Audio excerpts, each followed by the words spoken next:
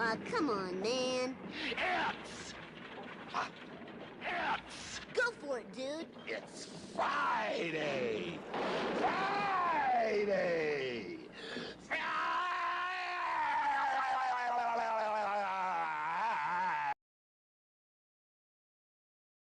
That's true. It is Friday. John, hear you there. It is Freestyle Friday, and we kind of know what's going to happen, but we never know what's going to happen. So here's the rundown over the next couple of hours.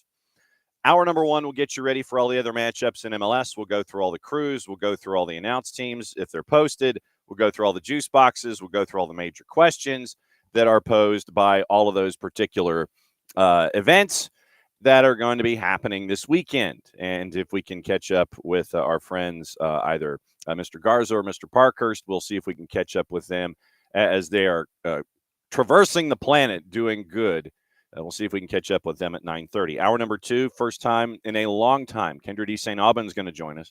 And she is going to be with one of our A-listers, Tyler Terrans, and they're going to be up at Harrison, New Jersey, for the once a month in the Mail magazine stadium as Atlanta United takes on Red Bulls. So we'll get Kendra's thoughts about what has gone on with Atlanta United over the last couple of weeks and what it's gone on with Atlanta United over the season. And then at 10:30, we get to catch up with our friends at Ball Watching. And for those of you that may not know, Ball Watching is the A number one, A plus number one, A plus St. Louis City SC podcast. And so we're going to catch up with Jake and Justin. We're going to catch up with them at 10:30 and find out what in the ever-loving blue hell is going on in St. Louis. So it'll be an education for us as we get ready for the weekend and everything, and we'll get you ready for all that as well. So go through Major League Soccer in the first hour. Then in hour number two, Kyndra de St.Aubin, and then our friends from Ball Watching with Jake Koenig, Justin Graham. They're going to be joining us at 10:30, and then we'll wrap up with news of the AM, all the gossip, rumor, and innuendo. Looks like there have been some fees that have been agreed to with some folks, and they can move in the extraordinary window starting this weekend. And they can head to locations known and unknown when it comes to getting ready for the Club World Cup. So that's the rundown for today. Great to see all of you, and it'll be cool to catch up with all of you as well. And as always, once again, thanks for hanging out with us as you do every single day of the week. Later today, it is going to be a couple of pieces that we're taping. We taped a piece yesterday with the Rally Foundation, and that's going to be in written form to start, and then we're going to piece it together and try to post it, if I can figure out how to edit, on our YouTube channel. Got to catch up with a really cool story involving the Rally Foundation, and those of you that went to the Atlanta United match in the midweek kind of know a little bit of the story there, but we dive into it a little deeper. And that'll be on the website this weekend, and we're trying to piece it together for a bit of a video piece as well. We got some NPSL interviews that are going to be up on the network this weekend, catching up with teams in their first year, what it's like now that they've hit the ground running in league. And later this afternoon, it's still a 5 o'clock. At 5 o'clock start, we talked to Mark Fishkin about it briefly yesterday over at Seeing Red. Red Bulls 2, Atlanta United 2 up at Montclair. That is going to be at 5 o'clock on the network. Pregame show at 4:30, and we'll get you ready for the weekend that is. You'll hear from Steve Cook. You'll hear from Ryan Carmichael. We'll get you squared away for the weekend, all of the stats, all the numbers, all the positions and standings and things like that. Jason will have the call for you if Newark Airport cooperates. So 5 o'clock kick. 5:03 kick, technically, Red Bulls 2 and Atlanta United 2, before Mike and Jason have the call tomorrow of Red Bulls and Atlanta United. 7:40 kick. So pregame show at 6:30 with Abe and Maddie, and it will be the Atlanta United Red Bulls round number 2. So that will be on 92.9 The Game in the Odyssey app. Pregame 6:30, kick 7:40, and the full-time report after that. So that is what you're staring at with us today and the next couple of days. So very, very cool stuff. And Abby, once again, with a very, very early public service announcement. Loudest MLS home pitch. Go to Newsweek, stuff the ballots, and let everybody know what's going on. So there you go. Go to Newsweek, vote for the loudest MLS home pitch. And, yes, vote for Mercedes-Benz Stadium. So that is what you're staring at. A-League Grand Final. Bam is in this morning. Morning Alex, morning Bam, morning David, and morning Dell. And so Bam is getting ready for the A-League Grand Final. We all know what it means, the AFL Grand Final, which basically turns into an entire weekend of the promotion and figuring out who's going to be chasing after the Grand Final in front of a massive crowd of like 922,000 at the MCG, the Melbourne Cricket Ground. And the A-League Grand Finals coming up in 20 hours and 35 minutes. And so if BAM was to do a public service and encourage folks and try to figure out where we could watch, it might be on the Plus, because I think if I remember correctly, I can't remember if it is an FOX product or if it is a 4-letter product. But in the past, it has been available on one of the streaming services that is attached to one of the big networks here in the United States. I think it's Big FOX, but if it's not ESPN Plus or Big FOX, then I know that BAM will do a public service and let everybody know how they can watch. So there you go. Okay. Opening kickoff brought to us by our friends at Kickoff Coffee and kickoffcoffeeco.com. There's your QR code for those of you who are hanging out this morning, however you are accessing us, whether it is large device or small, and you get to see what is going on, whether it is on the YouTubes, whether it is on the Twitch, whether it is on the 280-character app. That's your QR code. Just kick off your day with Kickoff Coffee and kickoffcoffeeco.com. When you're checking out, don't forget to use the code SoccerDownHere15 to get 15% off your purchase. They, in turn, take 10% reinvested in youth games, youth initiatives, stuff that we always think of as cool. Brought to us by our friends at Kickoff Coffee and kickoffcoffeeco.com. And this is more having to do with me, and I can't quite peg it down, and I'm trying to figure out if it's just me, and it probably is. But went to the doctor a couple days ago, and you guys know how I have these seasonal coughing fits, and trying to figure out what in the hell is going on so I don't have them anymore. After about 9 years of doing it, you just kind of get sick and tired of it. And so went to the doctor, and so now we are on a different regimen now. It's like, okay, so you've got to do this, and you've got to do this, and you've got to do this in the morning, and you've got to do this twice a day, all that stuff. And it is the first time that I'm using an inhaler in my entire life. And it is to back up the steroid that they're giving me, and for the next 5 days. And so we'll see. And I'm supposed to take the inhaler until I'm done and have my next doctor's appointment in July. I always just wonder if I'm doing it correctly. You know, the inhaler thing, it's like, are you supposed to mash the inhaler, like just literally just mash it down? And then when you when you hear the puff, then are you doing it correctly? I'm always going to be self-conscious about this just because I've never done it before. And I didn't know if anybody out there is using inhalers or has used inhalers and is inherently as self-conscious as I'm going to be when it comes to trying to do what the doctor tells you. And you guys know that for me and for doctors, it's kind of just like this two-way thing where it's like, it's like, you tell me this, fine, all right, I'll do it, but I don't know if I'm doing it right. So it's a 5-day steroid regimen, and then trying to use the shooter, I forget what they call it, but I mean, it's just the inhaler. But I was trying to think of the drug that they're using, like a Symbicort kind of a deal. And so they're like, okay, so after you use it, and I don't know that I've used it correctly, they want you to like wash your mouth out, take mouthwash and everything, so you can prevent other things from going wrong. And after that, what my regimen is. And so literally it's inhaler. Don't know if I'm using the inhaler correctly. Then go from there to take the steroid, which tasted awful, by the way.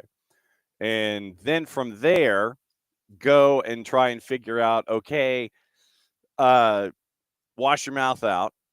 And then you follow it with your caffeinated beverage of the morning to start things off. And the caffeinated beverage tastes horrible because of everything that has preceded it. And so literally it's like brushing your teeth, and then drinking a caffeinated beverage. So that's the current adventure. And like I said, I'll have the steroid for the next 5 days, and then using the inhaler until early July. And then the doctor will sit there and say, well, is it working or is it not? And then we'll figure out what's going on. So that is the no, and Abby, they didn't teach me how to use it.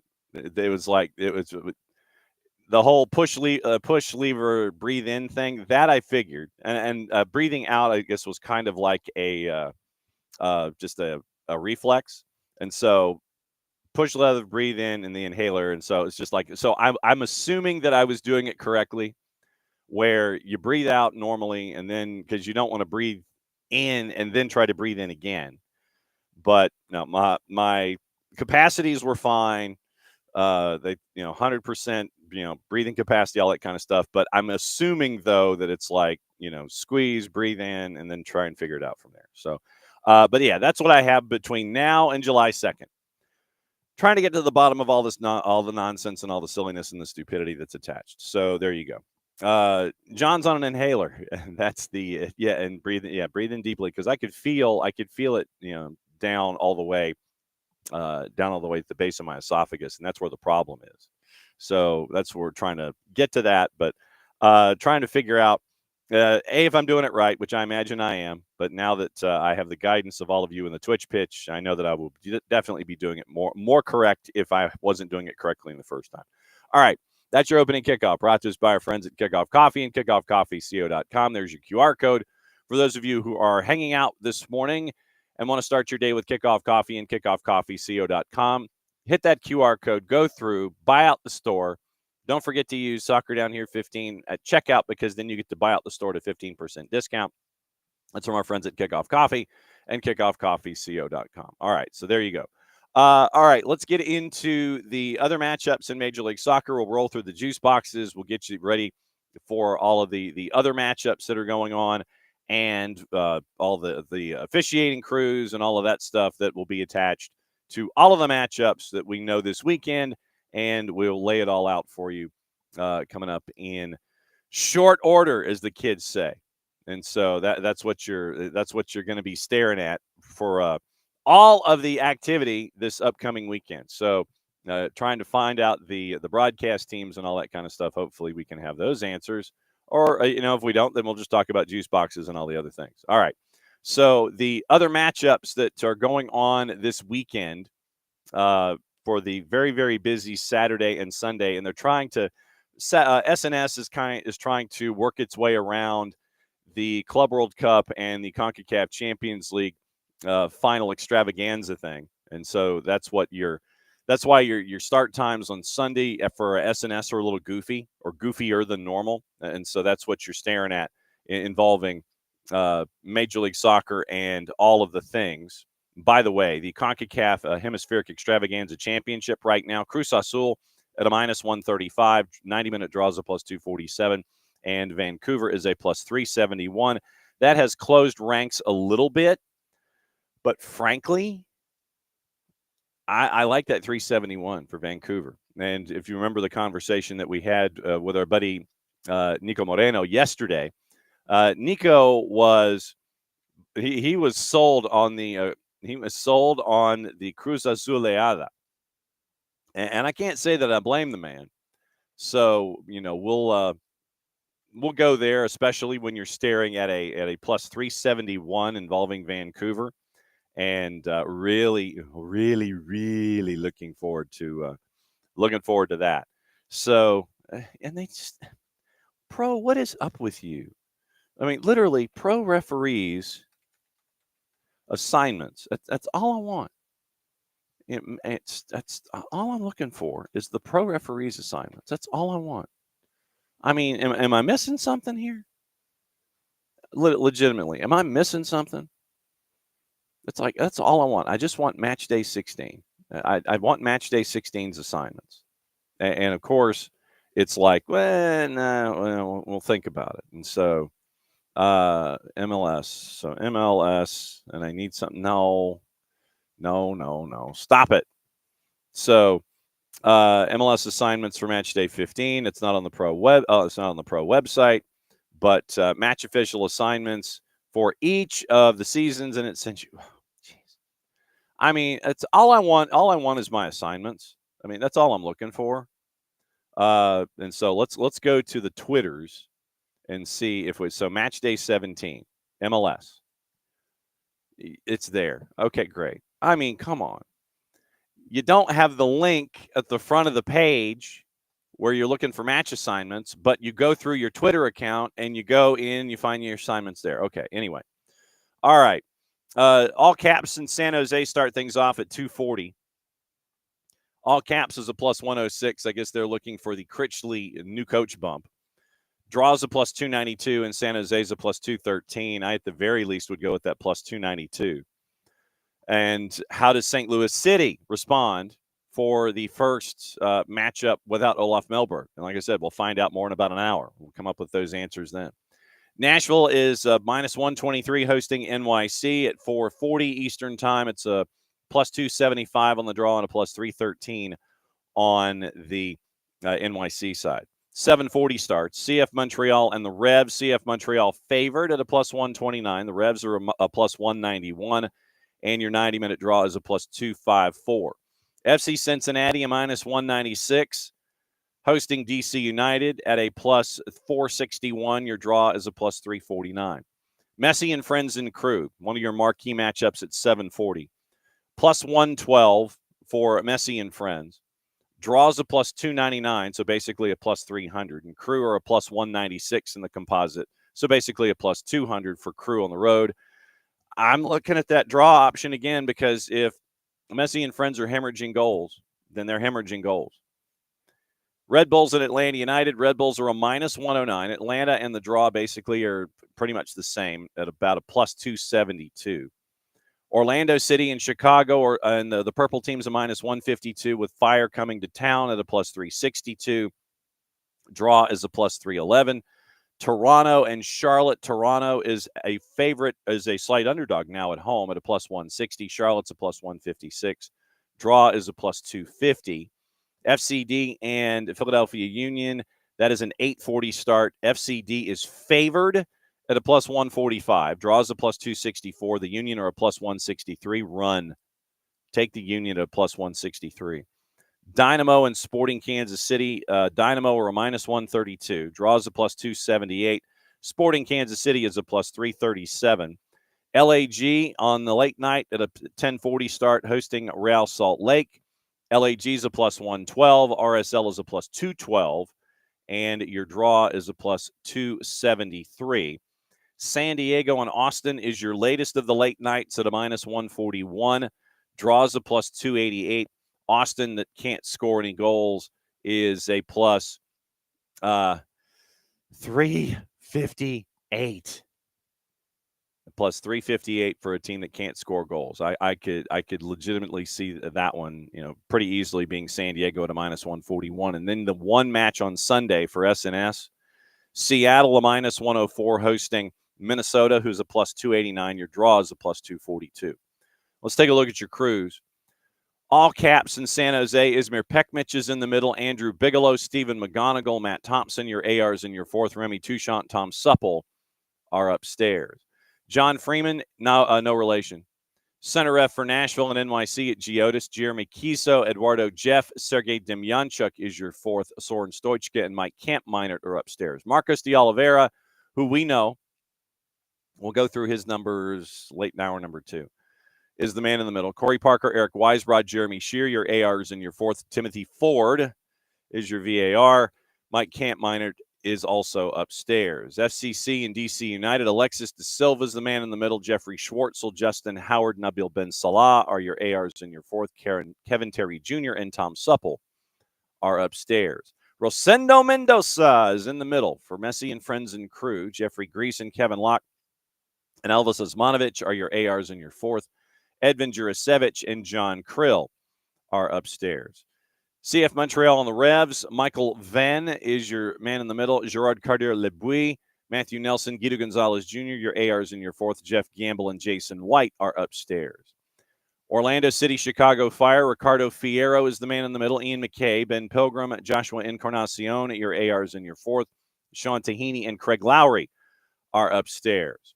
Toronto and Charlotte, Joe Dickerson's the man in the middle. Godspeed. Logan Brown and Cameron Blanchard are your ARs. Philip Dujic, however, is your fourth. And Eligio Otegin and TJ Zablocki are upstairs. Sergi Boyko, man in the middle for Dallas and Philadelphia. I hope he is adjusting his call set to reflect physical play and people falling down and going boom. Jeremy Hansen, Felicia Mariscal, Lorenzo Hernandez, your ARs, and your fourth. David Barry, Megan Mullen are upstairs. Houston and Sporting, Jair Marufa, the man in the middle at Helena Shell. Adam Garner, Chris Wadham, Christian Campo Hernandez, your ARs, and your fourth. Soren Stoichka and Jose De Silva are upstairs. LA Galaxy and RSL at Dignity Health Sports Park. Rubiel Vasquez, the man in the middle. Corey Rockwell, Nick Balser, Alan Chapman, your ARs, and your fourth. Timothy Ford and Craig Lowry are upstairs. San Diego and Austin, Ricardo Montero Araya, the man in the middle at Snapdragon. Chris Elliott, Kevin Klinger, your ARs. Matthew Corrigan is your fourth. Edvin Jurasevich and John Krill are upstairs. Sunday Night Soccer, it is at Lumen. Lucas Zapala, the man in the middle for Seattle and Minnesota United. Corey Richardson, Oscar Mitchell Carvalho, Malik Badawi, your ARs in your fourth. Daniel Radford, Jonathan Johnson are upstairs. So when you look at these matchups, obviously, all caps in San Jose, you wonder how St. Louis is going to respond. Like I said, we'll catch up with ball watching in an hour, and we'll start to answer those questions. Nashville and NYC, how does Nashville respond? How does NYC respond after getting thumped at home? CF Montreal and the Revs, we always talk about Stade Saputo being a difficult place to play. CF Montreal scored against Messi and friends. Will the tactical change from the Revolution be something that is difficult for CF Montreal to handle? We'll find out with this run of home matches. How does CF Montreal turn things around, or at least try to turn things around? FC Cincinnati and DC United, no word yet on Christian Benteke. And how mad is FC Cincinnati going to be here at the end of this 3 matches in a week, with DC coming to town? Messi and Crew, I think that this is obviously one of the ones you've got to keep an eye on. Crew can score. The back line is going to have some problems for Messi and friends because of the injuries that were attached. It was Jordi Alba and Thomas Aviles were 2 of the 3. So the back, and Gonzalo Lujan.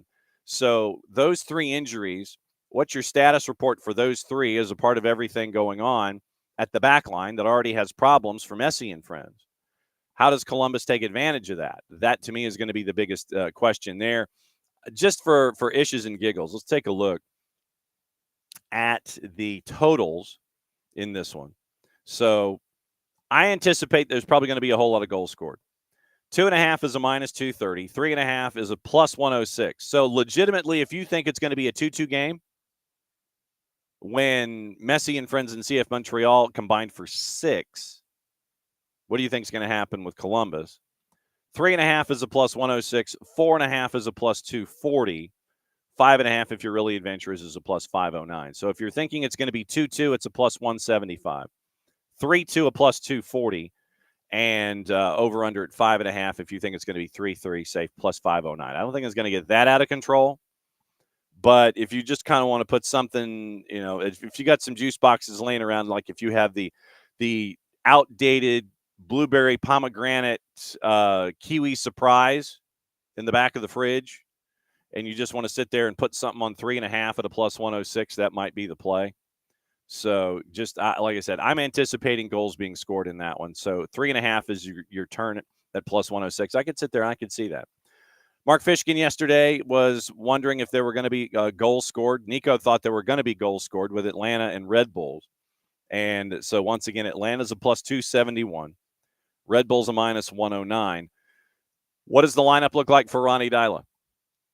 Do you continue to keep rolling with what you got? Do you start Pedro Amador, considering Pedro came in for Ronald Hernandez? Ronald Hernandez started on the left-hand side. Pedro gave you 30. You probably start Pedro in this one and then flip Pedro and Ronnie, depending on the situation. I think your back line's pretty much the same.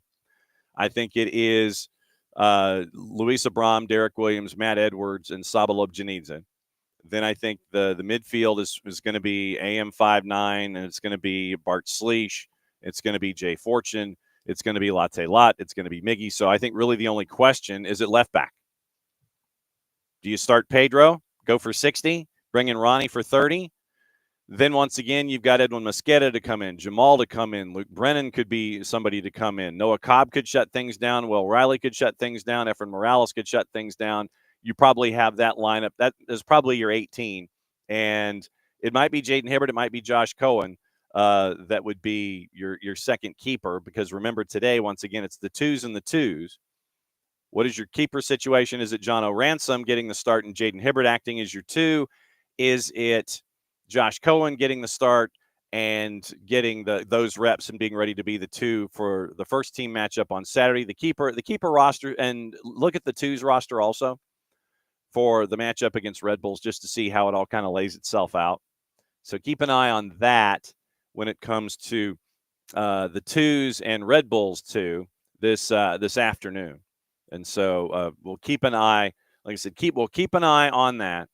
And then you kind of sit there and you're like, yeah, okay. And now that might lend itself to some advice, and it might lend itself to some ideas when it comes to what the roster, the depth makeup for Atlanta United is going to be going up against Red Bulls. And it also will give you some ideas perhaps of what the backups and the depth is going to be for Red Bulls.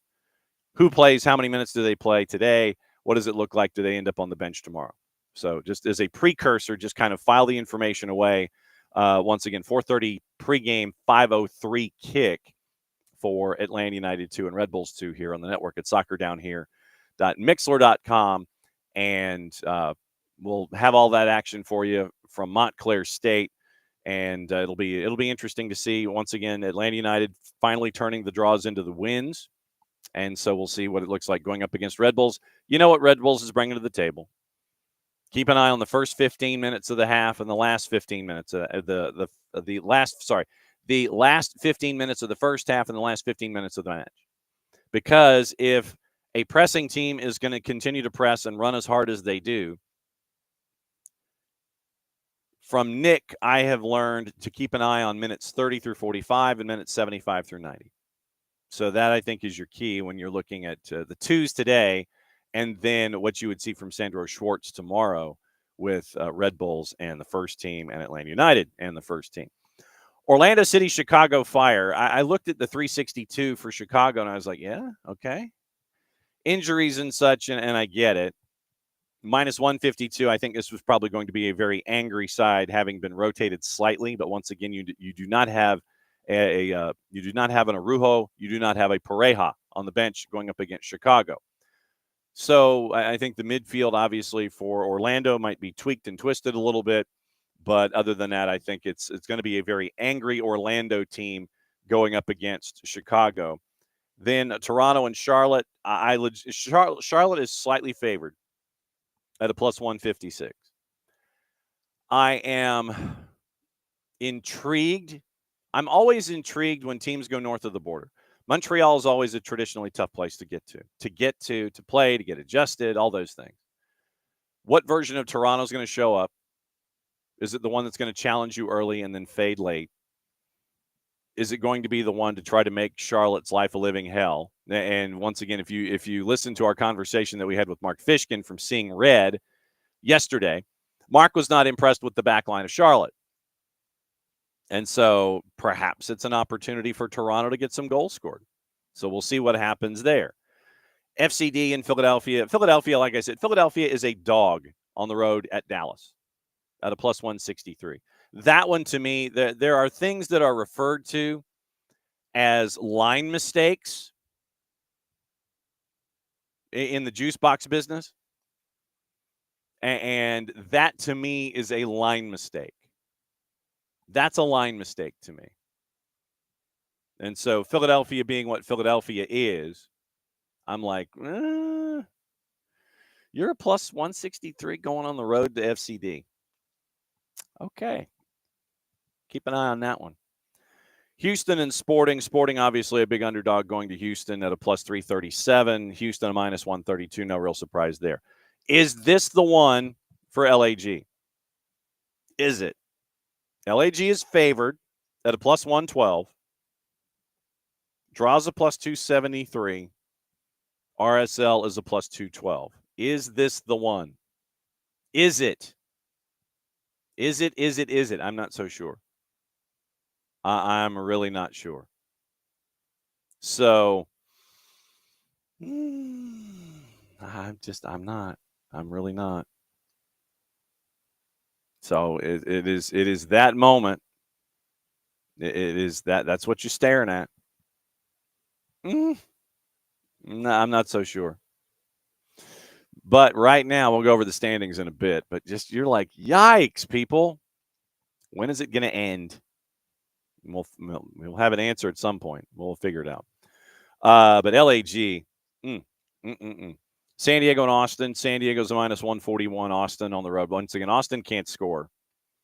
And so I'm looking at San Diego. And then Seattle and Minnesota. This one's intriguing to me because Minnesota, once again, ball's got cooties. They don't care. They don't want to touch it. You can have it. Do you want to do that on the road at Seattle? Or do you want to engage a little bit? I don't know if they do. So I think Seattle is a slight favorite at a minus 104. I think they take care of business. So that's me thinking out loud in all of these. So in the standings, as we get you ready for everything this weekend, we talked about where the East is a street fight. And Philly has given themselves a little bit of breathing room after match week 16. Miami has a match in hand, so they could be as high as third if everything was equal. Philadelphia's at 33 points. FC Cincinnati's at 30. Then the fun starts. You have 3 through 8, 6 teams separated by 4 points. At the top of the standings and going into the midweek, we had 5 teams separated by 3. Now, because of how things have shaken out, Nashville, Cincinnati's at 30. They're in second. Nashville is in third, and they have one more win than Columbus, so it's 8-7. So Orlando is in fifth at 27 points and 7 wins. Miami is at 7 wins, worse goal difference, than at 26 points. Red Bulls are at 24 points. They and NYC have identical records. NYC has a better goal difference, and they have more goals scored. Then Charlotte is in ninth. Charlotte on the road this year, 1-6-1. And this is the other element about how we talk about where Major League Soccer in and of itself is a street fight. Right now, the teams in the Eastern Conference that are above the playoff bar, they stop being over 500 on the road after team number 6. Miami 3-1-3 on the road. Then from there, Red Bulls 1-5-2 away from home. NYC 1-3-3 away from home. Charlotte 1-6-1 away from home. And that's 7, 8, and 9. Charlotte right now in ninth. And I think that if you're looking at anybody that would be losing their spot in the playoffs, if you're saying, well, so-and-so's going to go up, then somebody's going to drop out, I think it might be Charlotte at the moment. New England below the playoff bar at 20 points. Chicago's at 19. Atlanta's at 17. DC's at 15. Toronto at 13. And Montreal at 1-10-5. Have scored 12 goals this season in 16 matches. They've given up 29. And now that they're at home, they're 0-3-3. 1-7-2 away from home. And by the way, just for the record, Toronto away from home is technically above 500 at are they? Is that one? No, it's they're just below 500 at 2-3-2. Chicago's 4-4 away from home this year. They are awful at home. 1-1-4. 4-4 away from home. Riddle me that. I feel like I should riddle me that, from the Hangover. So that's the Eastern Conference once again with this run. And New England and Chicago, once again, because of other competitions, they have matches in hand. And so schedule compression will catch up with them at some point. But right now, Atlanta 5 points out of the 9. You have a good week, and this is what happens. Western Conference, Vancouver 5 points clear. And they are 5 points clear of San Diego, who's got one more win than Minnesota at 27 points. Seattle and Portland have the same record. Seattle has 1 goal better in goal difference.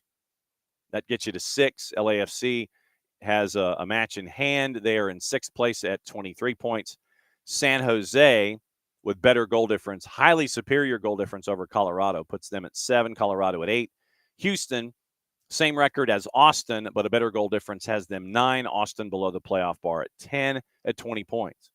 Dallas at 17. RSL's at 15. Kansas City getting the initial new coach bump with Kerry Z after he took over for Peter Vermes. That is 3-8-4. Kansas City's at 13 points. St. Louis City SC is 2-8-5. They're at 11 points. And like I said, we'll catch up with our friends at Ball Watching at about at 10:30. And LAG, 4 points, 16 matches, 0-12-4. Less than a goal a game on average. 36 goals allowed this season. And I've got to double check to see who is close when it comes to goals allowed. Really nobody. You have Atlanta and DC given up 28, Montreal given up 29. And that's about it. No one else has given up over 30 goals this season except for LAG. LAG in 16 matches has given up 36. So 16 into 36 is 2. And that means 2.25. 2.25 is your goals against for LAG so far at this point of the season. 0-5-2 at home, 0-7-2 away from home. They get RSL this weekend. A lot of folks were sitting there thinking that might be the one. But if it's not, then you've got to continue looking down the grid and sit there and go, when is it going to come? If you're 0-12-4 after your first 16, then where does it come if it's not this weekend against RSL? Maybe it's all caps in 2 weeks because you go away from home, because you're getting ready for everything in June and July. In June, you're away from home. 2 weeks from now, you go to St. Louis on the 14th. Then you go to Colorado. Then it's Cali Classico at Stanford. If it's not RSL, then maybe it's St. Louis. Maybe it's Colorado. Do you want to be the team that's saddled with that? Yeah, we gave LAG their first win of the season. But you are this close, if you're LAG,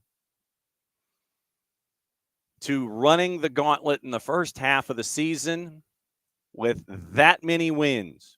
0. I feel like Jim Herrick in Survive and Advance. And that many points. 0 wins. If you lose to RSL, or if you draw RSL, then you're 0-12-5. But nevertheless, if you do not win this weekend against RSL at home, at your home, Carson, California, Dignity Health Sports Park, and just for the sake of listening to the environment, I would, if I were you, I would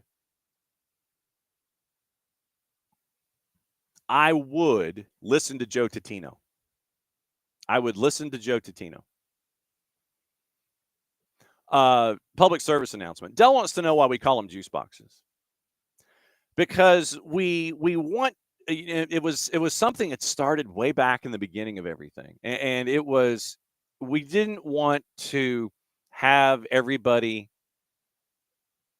investing, all right, so just for the sake of argument, this is my wallet. Then there's nothing in it. When you open it up, moths fly out. But anyway, this is my wallet. And what we wanted to do is we wanted to protect your wallet because of everything that in theory is inside of it.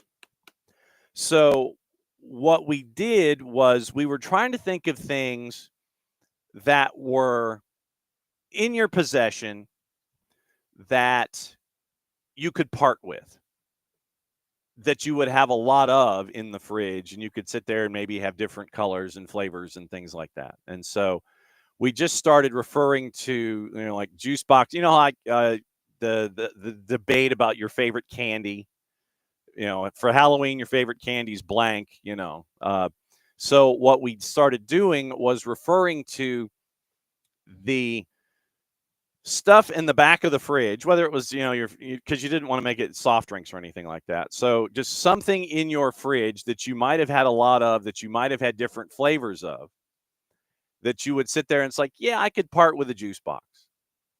I could part with my watermelon, my watermelon surprise that has the nasty, that has the born on date, the expiration date of like 3 months ago that you kind of forgot. So it just went down that road when it came to just saying, okay, we're gonna have juice boxes, stuff that you could have in your fridge that you didn't mind parting with in the overall, because we wanted to make sure that you kept everything in your wallet. So we tried to come up with the next best thing, and it's like, okay, so it wasn't going to be lunch and meat or anything like that. So we just decided, okay, the juice boxes that you have, when you would go to school, it's like you go in, you grab your apple juice, you grab your cider, you grab your grape juice, you grab your watermelon surprise, you grab your whatever the juice box is that's in there. And the more assured you were of your selection, it would be the more desirable juice box flavor. So if you were a big grape juice guy, like if you were a Capri Sun person and you liked fruit punch and you were really confident, like Philadelphia this week would be one where I would sit there and go, okay, I'm going to take one of my fruit punch Capri Suns and put it on Philadelphia. That would be something that I would do, because I like fruit punch Capri Sun, and I'm confident that I wouldn't lose it and not have it in my fridge tomorrow the next day. So that's why we went down the juice box road and started calling them juice boxes instead of legal tender. That literally, it was just something that you had in your fridge that you didn't mind parting with, or you really were confident in that you could keep everything stocked in your fridge. We could have gone favorite, fruits or breakfast foods or things like that. Favorite desserts, ice creams, those kinds of things. So it just kind of evolved into the juice box idea. And so that's where it comes from when it comes to, and it is absolutely true. It is absolutely true, Bam. It's the wife's, yeah. Yeah, because like I said, there ain't nothing coming out of here but like moths and things. So that's why we did juice boxes. And so Jordan, absolutely true. The fruit name's created with the juice boxes. And so, if there was like a 6-month-old watermelon surprise hanging out in the bottom of in the back of the fridge, something that you're kind of like, I don't know. Maybe the Revs might be the watermelon surprise with the big expiration date, because they're at a plus 190, and I don't trust CF Montreal at home. So I'd be like, yeah, I could get rid of the watermelon surprise that expired 3 months ago. I could do that. But for me, it would be the Capri Sun fruit punch on Philadelphia. That would be something that I would hate losing. And then I would rue the fact that, why did, you look at the heavens and you go, why did this happen? One of those kind of things. So yes, watermelon surprise with the expiration date of 90 days ago. That is for me, that's the Revs. And then the fruit punch Capri Sun, that is Philadelphia for me this week. So that's where the whole juice box thing came from. And David to Dell, don't believe me. I'm trying to sell toddlers on the benefits of gambling. I wish. Look, David. If I took the Bet360 Deleros, yeah, we'd probably be traveling a lot more and doing a lot more events for SDH out in the public domain instead of being in our studio spaces. But no, I wish it was, Bet360, and we also. I know a lot of folks kind of sit there and they go, well, why do you do it? I personally don't, because I'm really bad at it, but I understand its place in the overall. And so that's kind of the way it is, and why we do the juice boxes, because we understand that folks gravitate toward that stuff. I personally don't, but it's just it's a part of where things are today. And David, that is absolutely true. In October, we do change to Halloween candy. And also, that was a byproduct of the soccer over there discussions, where on Monday nights we would have Halloween candy and drinks and juice boxes and things like that. And so that's kind of where that came from. So, David, that is absolutely true. And so, yeah, that's where we are. And I know that a lot of you are getting into the discussions about what happened with the matchup against the purple team. So Abby's looking to start Pedro Cobb in place of Abram. It just depends on health and physios. And I think that was why Pedro didn't start in the middle. I think that Pedro gives you 30, and Ronnie gave you the start. I think that left back you're managing minutes with Pedro, so don't be surprised if that's the way it is. But when it comes to the back line, if the back line is what the back line is and you're rolling, stick with it. You got a 2-week break for some folks after this weekend. Morning, Lokeville, by the way. Bam, Carson and RSL draw looks juicy. Yeah, and I mean, you look at it, and at plus 273, I could take a great Capri Sun maybe and go in that direction. I probably could. I could be persuaded for that. Alex, the fact that we beat 2 top 5 teams back to back is amazing. When was the last time we did that? Oh, that's an interesting question. That is a Jason question. I think Jason would probably have, or Johannes Schneider. J-O Cool W-U, Winthrop University, on the Twitters. Ask Johannes. I'm sure that Johannes has that information on the 280-character app. Jordan wasn't able to tune in yesterday. Ronnie Dial was not given a yellow or a fine. No, he was not, at least that we know. Disco has not come up with anything and said, hey, Ronnie, you're getting an envelope too. But keep an eye out for the Disco and the news dump this afternoon. It would come from the match report, although I don't know why. But I'm guessing, and it was a cutaway, and so we don't know the full context. Something was said, and Oscar and Ronnie came out of their boxes, because you know that you have the marked coaches' boxes. And they started wolfing at each other. The fourth was in the middle of it. I think then AR was there too in the one cutaway that I saw from our my buddy Dan Marrero, who was doing that low camera, the sideline big cam at the 50. And it was, I'm sure it was colorful metaphors from both. But the fourth was there. He heard something. AR was there. I'm sure he heard something. And then you hit a magic word. And then that's how Oscar got bam. Not just, not you bam, but just he gets the card, he gets the pocket, and it's just you're out. So, and the other element of it, and I went back and watched the match yesterday, and specifically tried to pay attention to the final 20 plus minutes. And look, when you are Araujo, you don't go hands to the throat. That's an automatic see you later. And the fact that he loitered as much as he did, that to me was something that you've got to address. And we'll go over the purple team matchup with Kyndra de St.Aubin coming up in a couple of minutes, and get her thoughts about the last 20 and what it's like for them to analyze chaos and have to turn it into a matchup against Red Bulls. But we'll ask Kyndra about what she thinks about the team that she saw earlier in the year and the team that she's seeing now, and everything that's happened in between. Oh, that reminds me, I need to do something. So it is going to be very, very intriguing to see what Kyndra's thoughts are, and at the same time to see what the thoughts are of the Disco, and if Disco decides that they want to do anything after what happened. But from all indications, Oscar was the one with the magic word. Ronnie was responding and not backing down.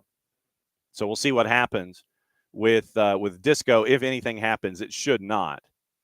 But it was Oscar's antics that created all of the chaos.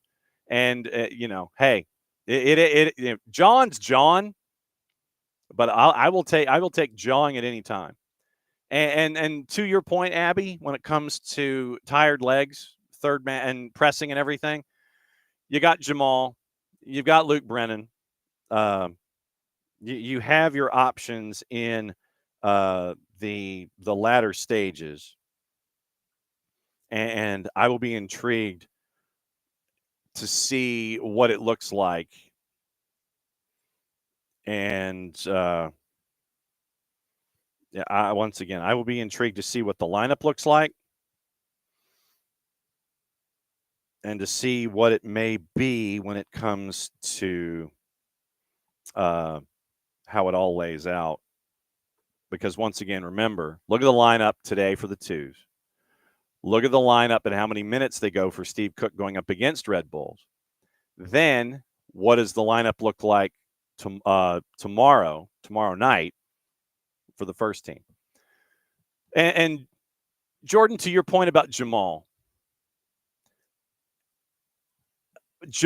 I think, is better served coming in as that relief coming in out of the bullpen with 30 to go.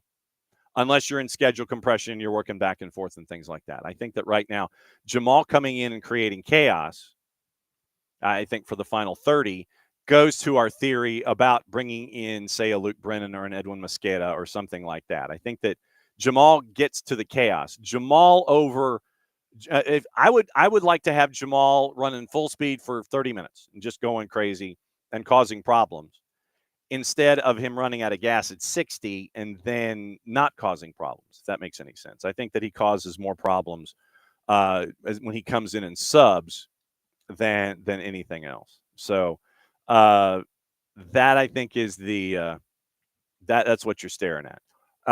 Bam, gamble to lose, gamble to have fun, can't afford to lose, don't gamble. Correct.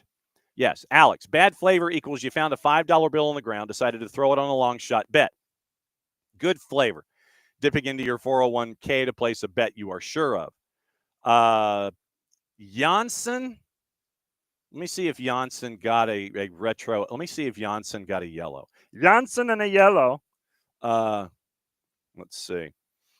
Let me see if Janssen got the yellow. Let me double check and see if there were any retroactives or anything like that. If anybody should have gotten a retroactive yellow, maybe it should have been Duncan McGuire for Duncan McGuire losing his mind. Let's see. Goals. Gillespie got one at 90+3. Atuesta got one at 90+1. There's Jays. There's Clickies. Then Bart. It's not in the feed in and of itself. Wiley is asking about Janssen. So it's not in the feed. He might have gotten a yellow that did not appear in the feed. Like I said, I just looked at the feed to see what's going on. Oh, and Dell, with the public service announcement, the change.org petition reviewing the Nick Hagland incidents up to 204 signatures. Dell wants to know what happened on the coverage of the foul. Hardly showed it. Announcers. Well, Warren Barton actually had it locked in, and that's why I went back to watch. Warren Barton said he had seen it from the absolute beginning when Aruhu put his hand on Clicky's throat. He saw it from the beginning, so he knew what was going on. But I think that they weren't looking at the injury and the player that went down over on the far side. I think they were looking at more of the action and the back and forth at the time. I think that's what was going on with that particular, with the play. They were looking at play going left to right. They weren't focused on the pile at the top of the screen.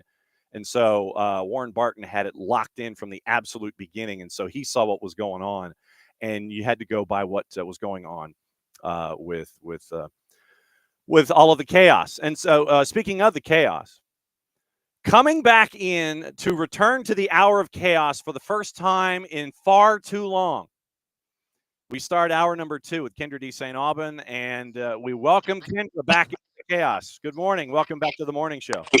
Good morning. I appreciate that I'm joining the hour of chaos because, when I'm home for like 24 hours and I go straight back into mom mode and you're trying to like prep for the next game and enjoy the beautiful day and do the school drop off and everything else. So I appreciate you having me on for the hour of chaos. It makes perfect sense. So how chaotic is it for you, mom, announcer, getting ready for road trip, right now? Well, I will say this, like, I love my job more than anything. I'm incredibly blessed to be able to do what I get to do, but I still will always say that the number one job is being a mom because there's nothing more enjoyable, but I'm lucky that it allows me to do both things. Um, but I tell you what, when I get to also get to prep for another team, Red Bulls I haven't done this year. So whenever we get thrown like a new team, not that you're not following the league, not that you're not paying attention to what teams are doing on a weekly, daily basis, but to really try to deep dive into another team where I've had the honor of having Atlanta already a couple times this year, it makes a difference. So you want to do both teams justice. You're trying to make sure that you've got all your boxes checked, you know, your I's dotted, your T's crossed, and you're trying to deep dive into everything and just make sure that you've got it all straight. And so it's a blessing and a curse at the same time to be able to get to do what we do and travel all over the place and get to see new teams. All right. So, what has study hall been like getting ready for Atlanta United and Red Bull, specifically from the Atlanta United standpoint and the chaos that has happened with Atlanta United over the last handful of matches? Yeah, I mean, and I honestly, like, when I think about this Atlanta United team in particular, the expectations are incredibly high. And I know I'm not, you know, making some genius point right there that everybody in Atlanta, especially, doesn't already know and think about when it comes to this team and the money that was spent and bringing Ronnie Dyla in. And everybody's just been waiting for this team to really click. You've got such an incredible striker in Latte Lot. You got to try to figure out how to use El Marone and Moranchuk at the same time in the center of midfield, if that's even a thing. Can you get Loeb Denitze on there at the same time as El Marone if they're going to both play on the right side? Do you put, you know, Saba on the left? Like, all these things that Ronnie Dyla, and we've talked to him so many times, and you've probably heard him in the media say, this might be one of the most difficult situations that he's been in. And you think about the places he's coached and the clubs he's coached, and not because of lack of talent, but just trying to get everybody on the same page in the best system at the right time and everybody understanding their roles and buying into what he's doing. And sometimes it's hard to get a team to buy in when you're not getting the results and you're not getting the goals more specifically, because I don't think people thought this team was going to struggle to score. So, yes, they have two fantastic results in which, in my opinion, they won in two very different ways. But the fact that they showed that resiliency, the fact that they played against a tough top Eastern Conference Cincinnati side and came away. Then you've got Orlando City, who Oscar Pareja is like a well-oiled machine, just kind of flies under the radar in the Eastern Conference every year and gets the job done. And Atlanta United pulls off a win in that one as well. Sort of a never say die attitude, which I think is what Atlanta United fans love and want to feel good about. So I think this Atlanta United team, if they can string together some more of these positive results, good results, winning in different ways, it's going to get this team on the right track, maybe just in time, because May was crazy. June doesn't slow down a whole lot, but you've got international breaks in there, guys going away on international duty, and then you've got Leagues Cup just around the corner. So maybe this is the right time for this United team to get on the right side of things. So hopefully 2 wins is I have an update, a travel update from one of our other A-listers who is known with the initials Tyler Terrans, and he said, "I just got to the airport. I'm in my own chaos." That sounds about right, but he kind of creates his own, so that's different.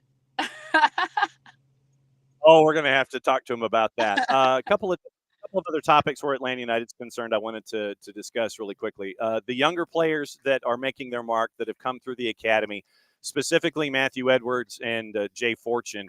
In all of your analysis and seeing them earlier in the year and seeing how things have evolved, what have you thought about the younger players that have made their mark for Ronnie Dyla this season for Atlanta United? Well, I think anytime you give a younger player an opportunity that is earned, and, you know, I've learned that a while ago from, I think it was Wilfred Nancy who said that first, is that you have to earn the opportunities. Just because you came through the academy and you're a good player, if you're going to bump. Oh, did I lose you? No, you're good. Are you there? Yeah. Okay. Yep, you're here. I'm here. On my thing, it says. Okay, I just wanted to make sure because it says reconnecting on my thing here, so I just want to make sure I wasn't like talking and not you weren't hearing me. But that happens. I feel like that with my daughter all the time. But when you think about the young players earning their opportunity and Ronnie Dyla giving them the opportunity and then them just taking hold of it and running with it, I think every time I've seen Jay Fortune play in particular, he has this confidence on the ball that you would not know he's a young player. And that's what I love about these academy kids, these homegrown kids, these kids that have been in these systems.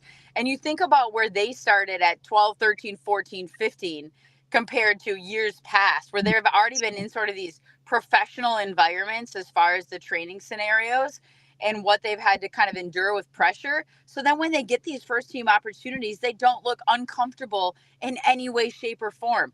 Yes, they're going to make mistakes, but we've seen veteran center backs make mistakes. Like you see it happen, mistakes happen. But I think it's more about how they recover from that mistake, how they make the next opportunity count, how the next pass, the next movement, the ball, all those types of things. And Atlanta has been good at bringing up guys, even though they have this money and these big name guys that they bring in, incorporating those young guys. And so I've been super impressed with what they've been able to do in those different positions under pressure. And so, yeah, I mean, I kudos in the environments and the opportunities that they've been given. And that's only going to bode well going forward for the club and for them as a player, wherever they end up. The other player specifically I wanted to get your thoughts on is Alexei Miranchuk and what we have seen from him as a maestro. The running gag is that he's dropped enough dimes to give you $1 the last couple of matches each time out. You see his artistry. You see how his brain is starting to work in 3 dimensions. He's been given space on the right-hand side, Saba creating problems, and positional gravity. So we're getting to see, I think, what a lot of folks were anticipating with Miranchuk now in the last handful of matches.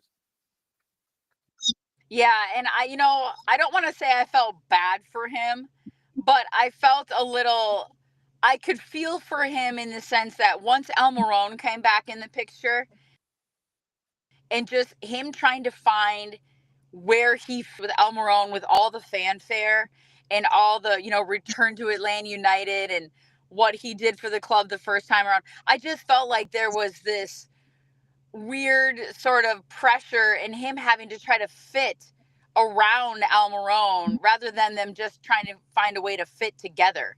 And that doesn't mean that they both have to play as dual 10s. They can't occupy the same space. I think we've all learned that. There's sometimes early on we're making runs into the same space because they both want to sort of be on the ball and creative, yet they're very different. So I think Miranchuk has had an incredible run at the beginning of the season of trying to navigate where he fits, how he can best play for this team. Should he be driving forward? Should he be around the box? Should he be staying home a little bit more centrally and allowing Latte Latin and Almiron and others to kind of do their thing up top? So I think, credit to him, because every interview I've also heard of his, he seems to just be even keeled. He's taking some of the pressure. He's taking some of the responsibility. And even post game the other night, he said, you guys are all asking me, is this team on the right track now? Or we have, this team, it really looks like the relationship, the identity. And he's like, kind of like, whoa, it's only 2 wins, So yes, I don't want to get too caught up in the fact that we've won 2 games because we've not been good enough up to this point. So let's see what we can do going forward. So he seems like a very even-keeled, head on his shoulders kind of guy. And I think he's getting more and more confident and comfortable on the ball in where he wants to play and how they need him to play to drive this team forward. So credit to him. And he is a really fun player to watch. I mean, and each one of those guys is so different in how they play and even their personalities that I think it's just taken a little bit of time. And fans don't like time. They want immediacy. We all understand that. Yep, and when he wears a Bone Thugs and Harmony T-shirt for post-match interviews, he gets bonus points from a lot of us for doing that kind of stuff as well. 100%. I mean, it's almost the first of the month. We're almost there. Yes, absolutely true. Pretty same stopping by with his struggling a bunch of different things. The mommy duty MLS here in the Hour of Chaos. I want to talk about the back line 5 that we've seen with Atlanta United. You end up with a back line of 5 is a bit of a formation change for Ronnie. He's used to the 4-2-3-1 with the 2 6s and everything that's attached there. But going to this back line of 5 where you have either Pedro Amador, Ronald Hernandez, and then you have Luis Abram, Derek Williams. Derek Williams has turned into a solid figure. First time ever. He had a goal and an assist last time out. Then you had Matt Edwards, who we got into the discussion, in Saba. The back line of 5 seems to have at least been one of the triggers for this part of success, because last time I checked, if you ain't scoring, then at least you're going to do is come out of there with a point. When you look at this back 5 that Ronnie has come up with, what have been your takeaways in the short term with this new formation at the back anyway? Well, when I looked at that, I actually felt like that he may have found the solution, right? Because that allows you to put all the players that you want to put on the field at the same time. And I know he kind of had Saba, I believe it was sort of almost as a wing back, if I'm remembering, on the right-hand side to start the game against Orlando. And for me, that allows all your players. Here he's been trying to find the solution.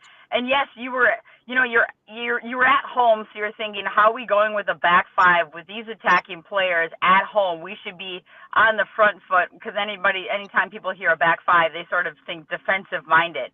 But I think without Brooks Lennon in there, and I think for Ronnie Dyla, it was really about how do I get all these guys on the field. We cannot have Saba coming off the bench. We have to have him in the starting 11 because he brings such a spark. So I think sliding Edwards inside a little bit more, giving him a little bit more defensive cover, having Williams alongside of him, Saba on the right, being able to bust down the line and create opportunities. Moranchuk sitting a little bit centrally. Schleich will stay home as more of your holding midfielder.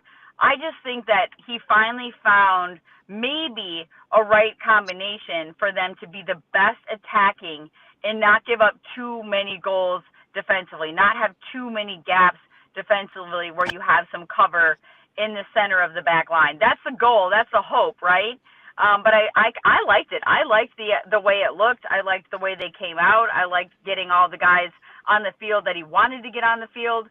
So I think it was a good opportunity, and Almiron maybe pushing a little bit higher, and so they're not getting in each other's way. I mean, I thought it was a good solution, at least for the time being. We'll see how it looks in the third game in a row, or at least against the Red Bulls on the road.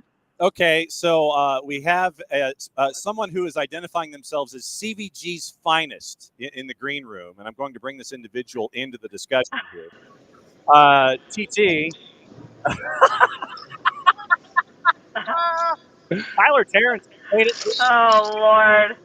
I just wanted to. He just couldn't handle me. He just couldn't handle me taking the opportunity here to rain on his chaos parade. You know something, Kyndra?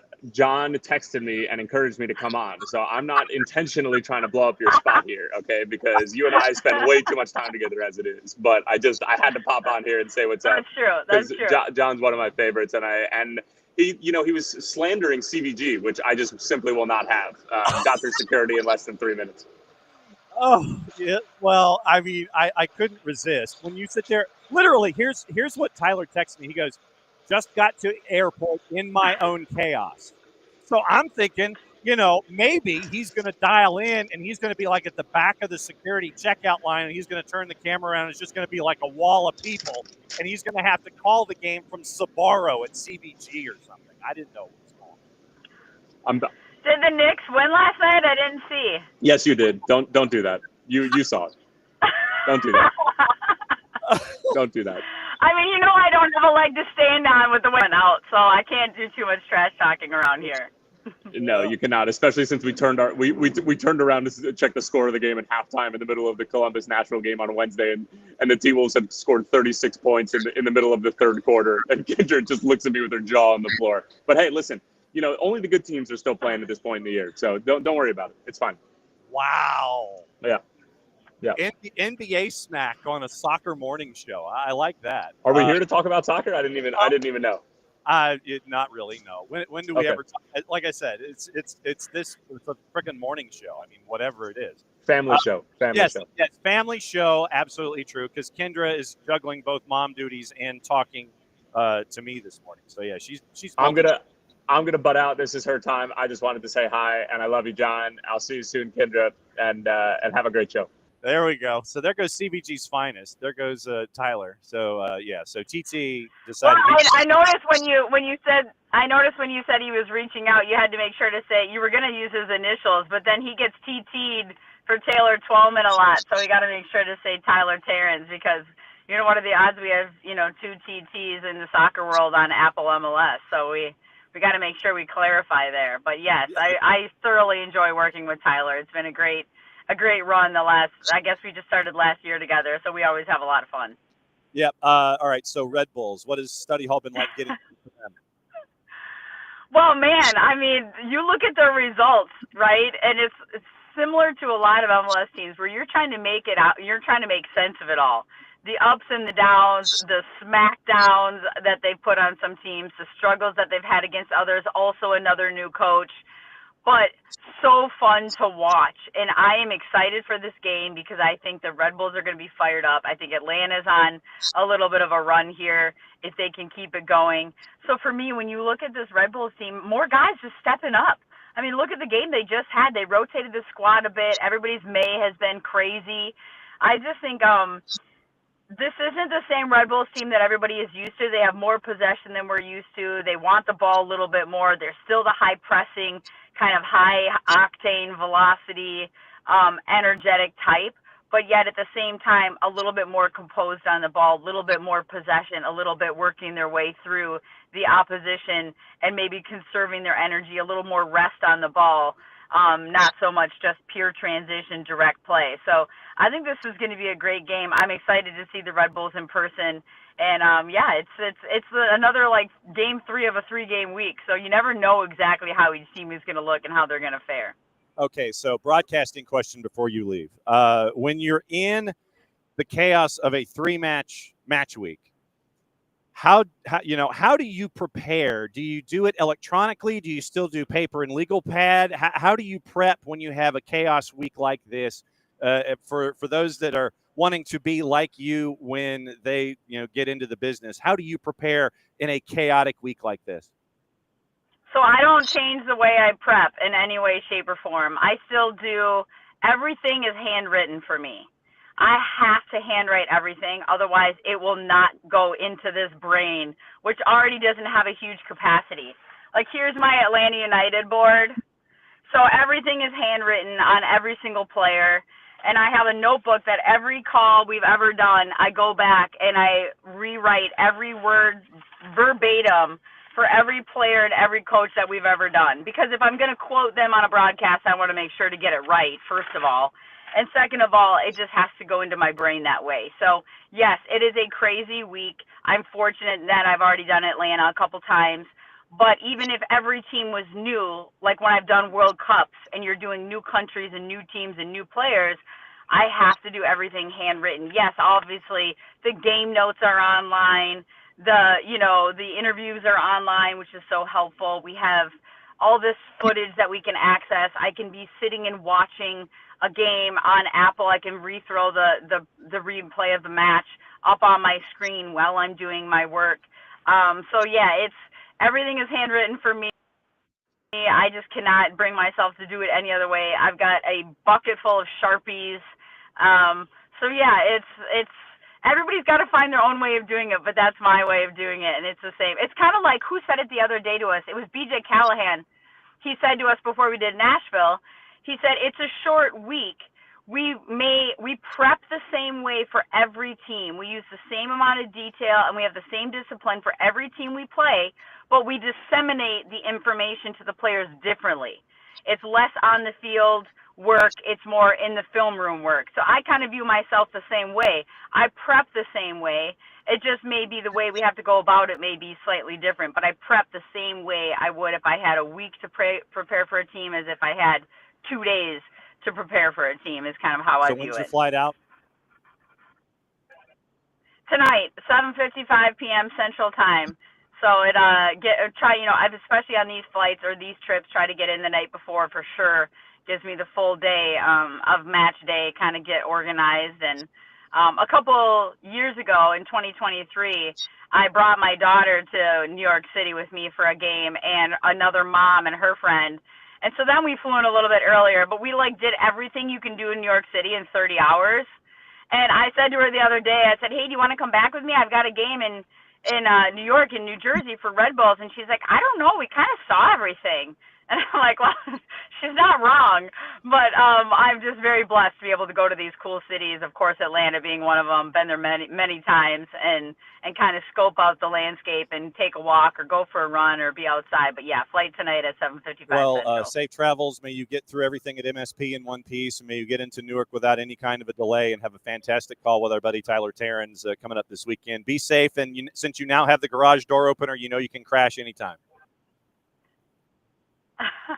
Awesome. Thank you. I appreciate it. Have All a right, great there day. goes Kyndra de St.Aubin, everybody. And so now she's going to go back to being a mom and juggling mom duties and juggling MLS duties and all the things. And so it's always great to catch up with Kyndra and catch up with Tyler. Literally, Tyler said that in going back and forth, he literally was like, yeah, it took me 3 minutes to get through security at CVG.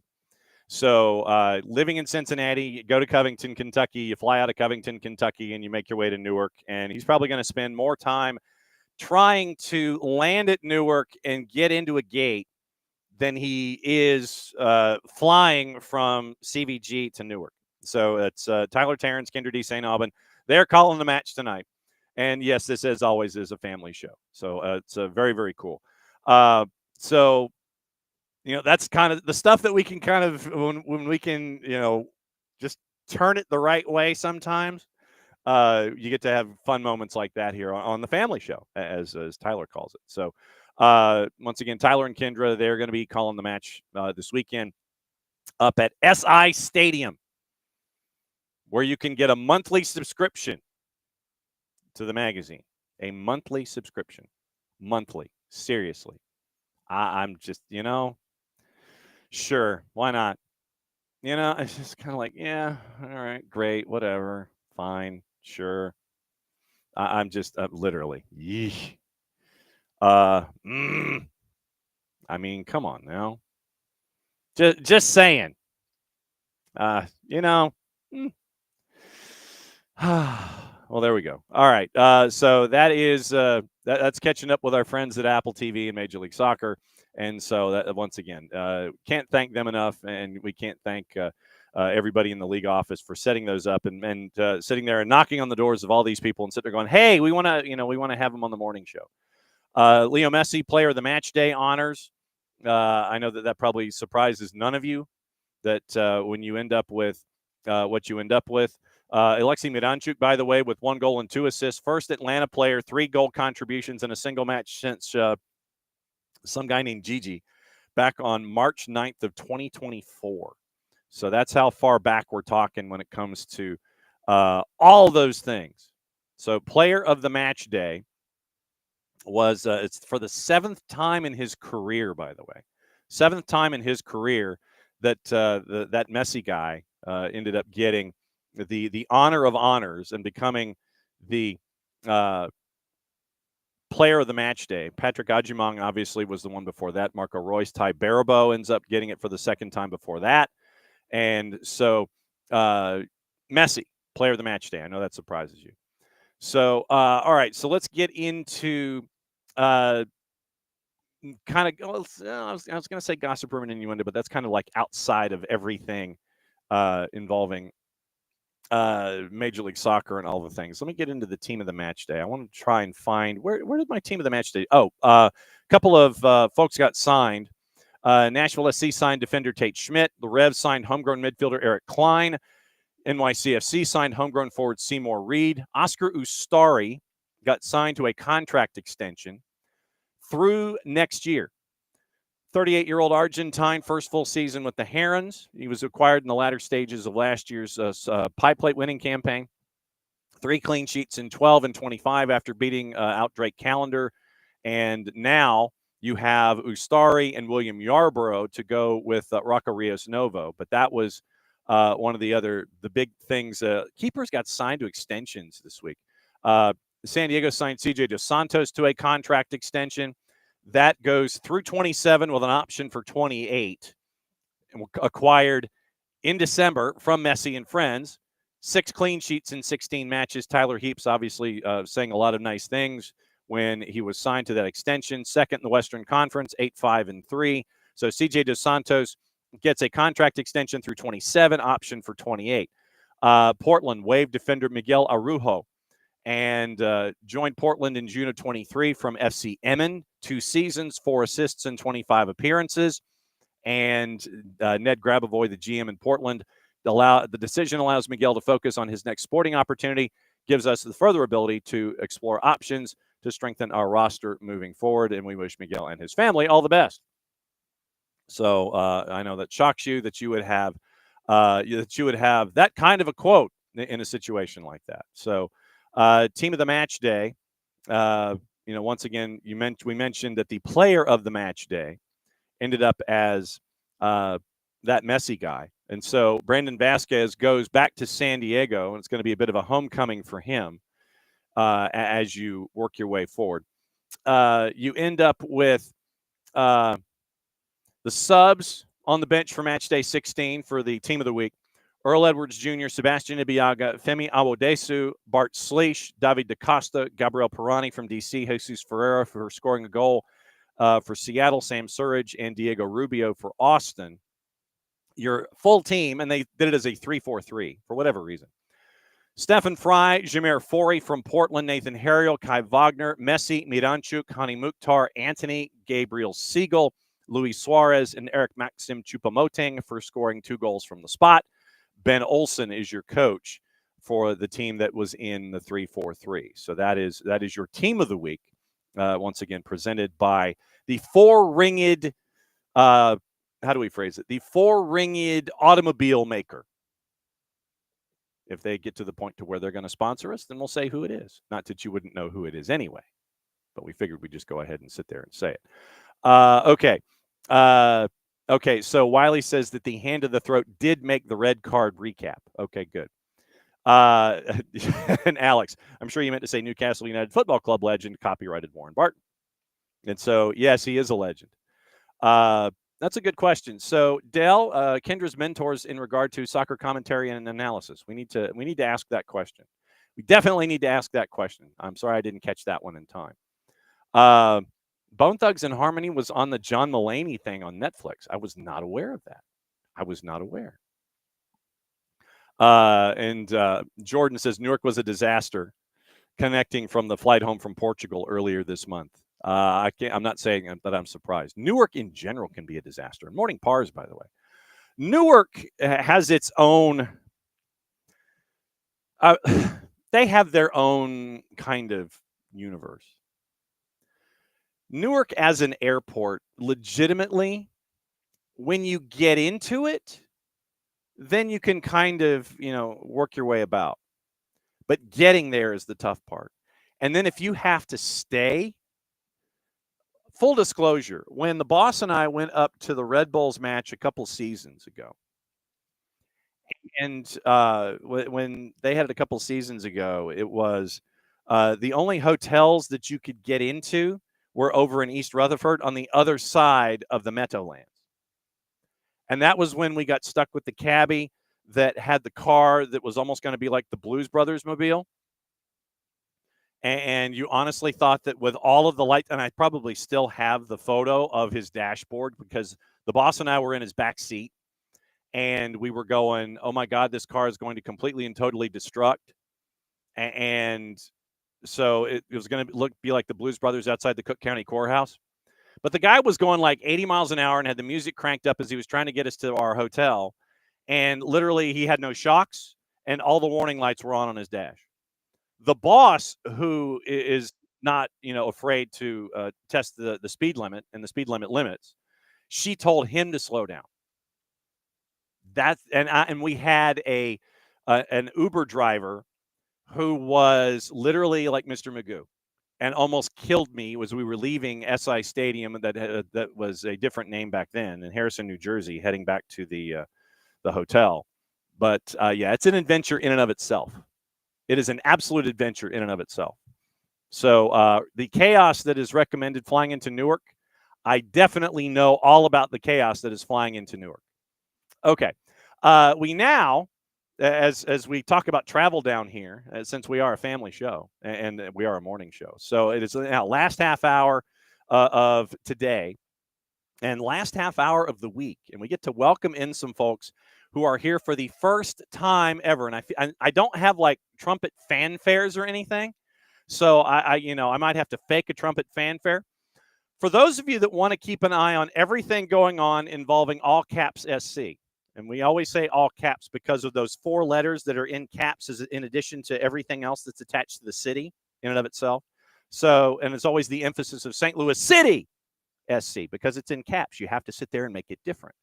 Ball watching is where you need to go. And they have graciously, hopefully not gotten in trouble with their real jobs to come and hang out with us for the last half hour. And so we bring in Jake Koenig and Justin Graham from our friends at Ball Watching. And it is great to see you. Thanks for dropping by, and thanks for the education about everything going on about St. Louis City SC. Great to be here, Don. No, we're pumped to be on the show, and yeah, don't tell anyone. We're skirting work really quickly here, and wanted to make sure we prioritize this because there's been a lot going on. Yes, and that was why I wanted to have the two of you on this morning to let everybody know, because of the news that broke earlier this week. Who wants to take the toss and go first when I ask what in the blue hell is going on in St. Louis? It's madness, right? It's a place I did not foresee us being at this point in the season, especially this early on. But yeah, we're in this now caretaker manager new phase of the season for us, only a third of the way in after spending months and months between the kind of middle to latter part of last year and the winter looking for our next man to helm us in Olaf Melberg.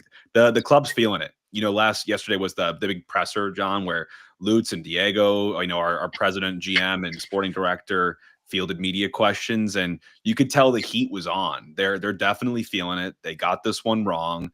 We've totally kind of gotten away from our identity, from ourselves, and in doing so, are an 11-game winless streak in MLS. So all up from here is the hope, but it's been a rough, I'd say, couple of months. Justin, anything you want to add to that?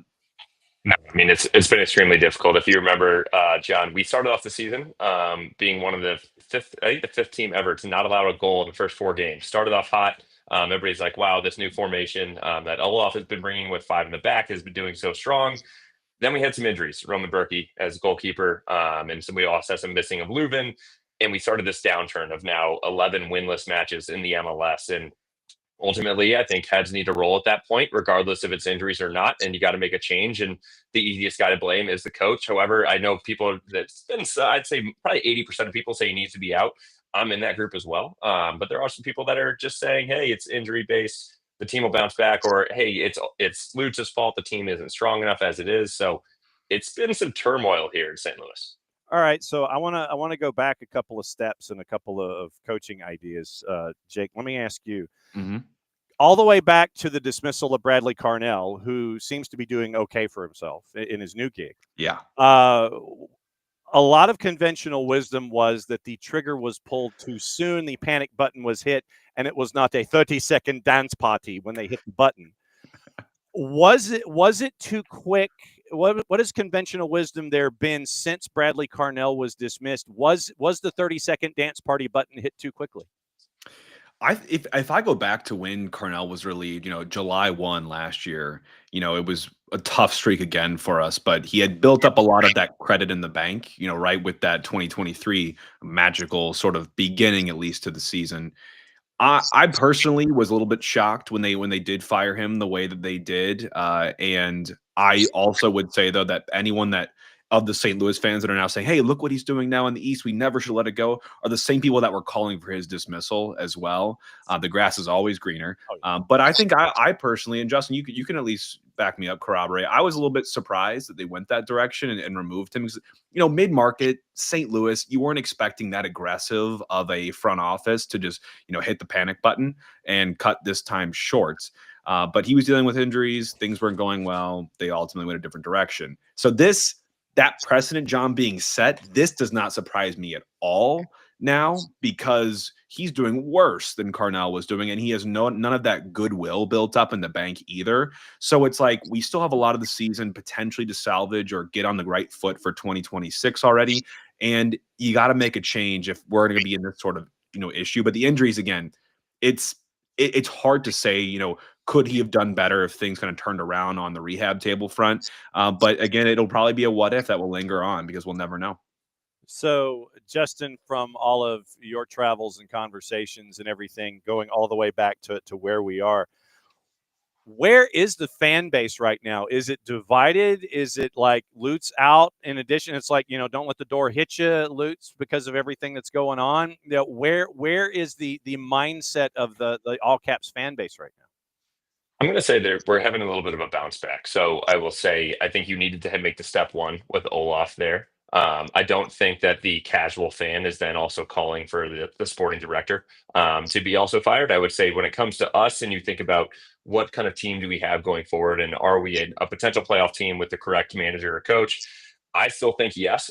So I'm still on the side of, hey, let's let Lutz kind of work a little bit more. Obviously, he is on a hot seat, though, with this next decision of being the head coach. And if this one doesn't get right, then it's the guy that now, if you look back at it, it's not just the manager that's managing these guys. It's the person that's hiring them. Are they vetting them correctly? Are they fitting the style? Obviously, Olaf did not. Carnell did. And so right now, I don't think the fans are as divided. I would say if you're a deep City fan, you're probably looking at Diego or Lutz. But from the most part, these fans are going to be bouncing back. And John, we play tomorrow at 1:30 p.m., our first ever Saturday home game, 80 degrees and sunny in St. Louis. I promise you it's going to be an absolute sellout. But the one thing I do want to comment back on Carnell real quick, I think the similar situation here wasn't just the results. I think Carnell lost the locker room. And when you lose that is something that you cannot bounce back from. And we talked about it with Jake on this one. I don't even think Olaf ever had the locker room. This guy was more standoffish. He came in, he made a new formation. He wasn't playing the consistent starters. I think it was a little bit of a mind games there. So I don't think in the 3 or 4 months he was here, he even had the locker room. But I think that's a similarity between the two firings is that if you don't have the locker room and the guys backing you, it's a culture-based thing. And I think that's now what we're going to see with Critchley. He has that culture. So, Jake, it looked like you were not getting like sip number 4 in a Guinness already at 9:30 in the morning off to your right. Was that what I saw? Was that a Guinness over there to your right? No, it definitely wasn't. No, I'm drinking some iced coffee right now, a little Americano. We're saving those for tomorrow. Yeah, exactly. So, Jake, let me ask about the level of investment when it comes to bringing in players. Obviously, from the beginning, it was looking for the more economical based folks trying to fit into a system. Is that still the way of the world when it comes to bringing folks in? Is there any thought about widening the pocketbook a little bit to try and bring in players that might have the higher CVs? What does it look like economically when it comes to bringing in talent to try and turn things around with the extraordinary window coming up and the summer window after that? I don't see a huge shift coming from Lutz and team on our approach because traditionally, we've recruited heavily overseas, mostly coming from the 2 Bundesliga. And, Lutz has a lot of connections, got his hands in all those different clubs there. And he's even, had that role in some of those clubs there. So I don't see that changing. We're really reluctant to pay big transfer fees. We're looking for free agents that, we can scrape the bottom of the barrel on, get some good value on. But guys that are producing, like a Hartel, I think was a bigger swing for us. Guy was producing at a high level in the 2 Bundesliga.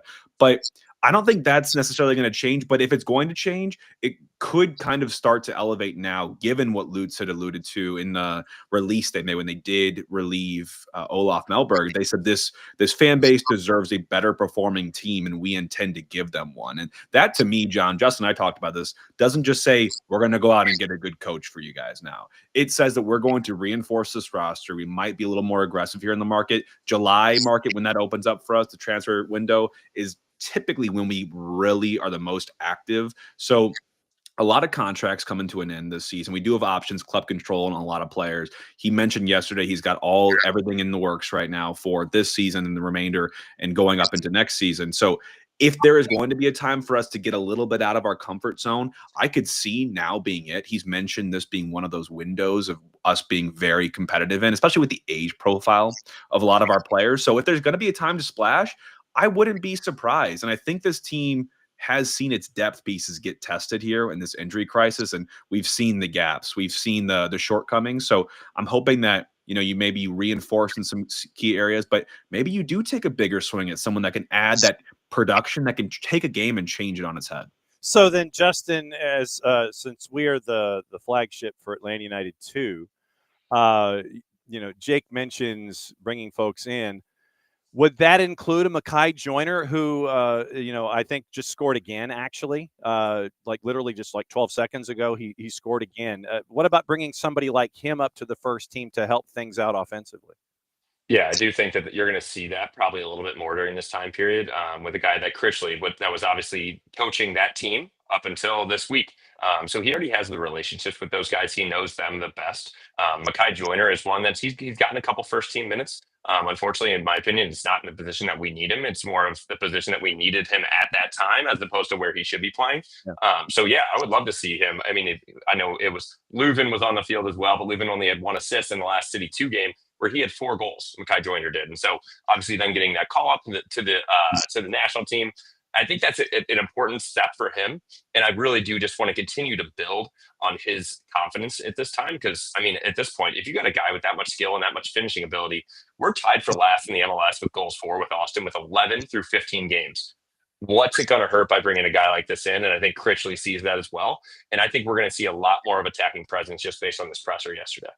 Jake and Justin from Ball Watching out in St. Louis letting us know about all of the madness that is going on with St. Louis City SC here, wrapping up the week here in the hour of chaos. So Jake, let me ask you this. For someone who doesn't know stylistically what Coach Critchley brings to the table, how different is he from an Olaf Melberg? Is it night and day? Is it 180 degrees? How stylistically would he be presenting things as you have Bruce Arena and all of that chaos coming to town? Yeah, it's tough to even. I'll start with the Olaf part, because I mentioned that yesterday. Just due to, I think, the crisis we were in with needing wins and having your basically your best 11, almost 2/3 of them unavailable for the entirety of his time here. They went on the record yesterday saying that he was uncomfortable, or he knew that he was hamstrung, and what he was putting out into the 11 was just the most pragmatic way he thought we could get points. So it wasn't what he wanted to do, but it was what he felt he had to do. So back to our DNA, though, I think that goes back to a reason why he was relieved, and a reason why we want to go with Critchley now is, we want to go back to what made us successful in 2023. There was also a lot of luck and a lot of overperformance as well in that season, so I'll acknowledge that. But you saw the pressing kind of for us go out the window, essentially, in these last probably 12, 13, 14 games, most of the season. You saw us kind of playing on the back foot, kind of hunkering down into a mid to low block, welcoming pressure, giving up space. And some of that, you can take and say, we learned some lessons there, and you can bring some of that into your play.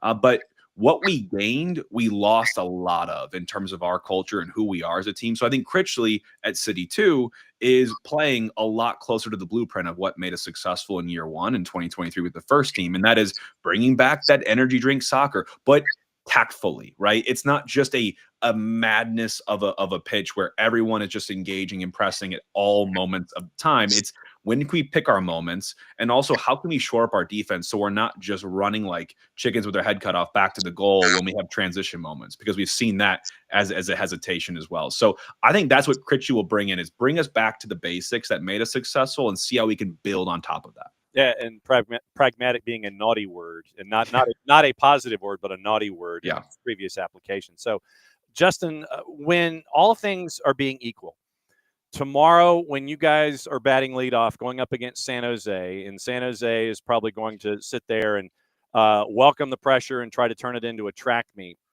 When all things are equal and things are going well, and St. Louis is 100% healthy, and the starting 11 is what it should be, what would folks anticipate, and who would folks gravitate toward in that starting 11 to see the success that you would anticipate from All Caps SC? Who would be those, like, if the three of us were in the booth and we're doing the game open, you always have those players to focus on, the players to watch. Who would be in the ball watching spot shadows, like, okay, and so for St. Louis City SC, it's so-and-so. All things being equal, who are folks going to gravitate toward when you bat leadoff tomorrow against San Jose? We've got a spine of 4 guys that I think we really gravitate toward. I'll start in the back, which has obviously been the most important for us. I know, yes, we're lacking in goals, but you got to start between the sticks with Roman Berkey. This is a guy that has kept us in games when we shouldn't have. He was the one that was a starting goalkeeper that didn't allow a goal in the first 4 games.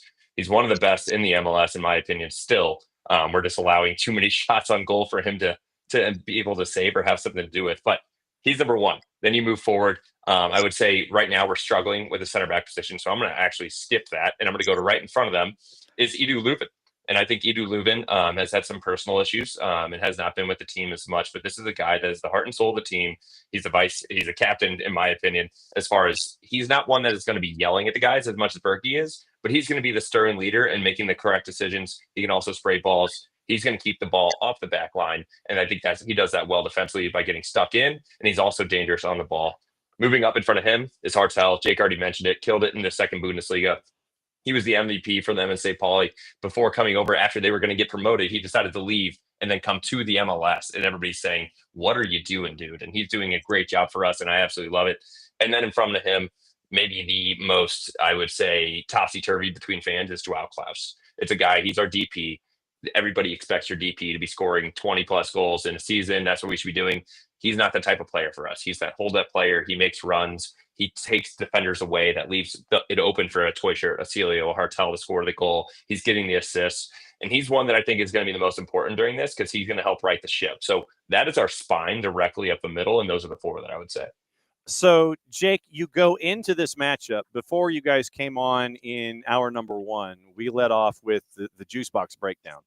And we go juice boxes because we want folks to keep as much of everything in this as humanly possible. So we just go into the fridge and talk about Capri Suns and juice boxes instead.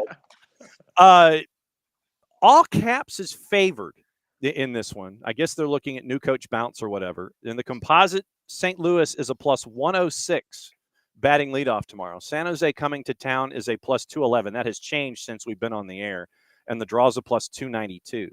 So coming into the show, you're favored, still on the plus side, but you're favored. Does that surprise you at all, considering everything that the club has gone through this season? You're favored hosting San Jose tomorrow. Yeah, I think that line, obviously, Vegas knows what they're doing, and they take into account all the context. Looking at any game where we are favored feels a little bit nuts at this point, besides maybe Galaxy. But with that said, home game, short rest for San Jose, new coach bump for us, coming back to health for a couple of key players that even Justin didn't mention yet. But I think between all of that and just, again, there's this wave of the moment a goal drops for us tomorrow, I think we could maybe click into something and find something deep within us that was not there this season and kind of use that as a kind of momentum shifter for us. So I get the line. I'm hesitant on it. I know Justin feels better about it. If I had to put some money on, and Justin already has, the goals in this game are going to flow. I think the goals are going to flow for both teams, frankly. So I think it's going to be a firework fixture.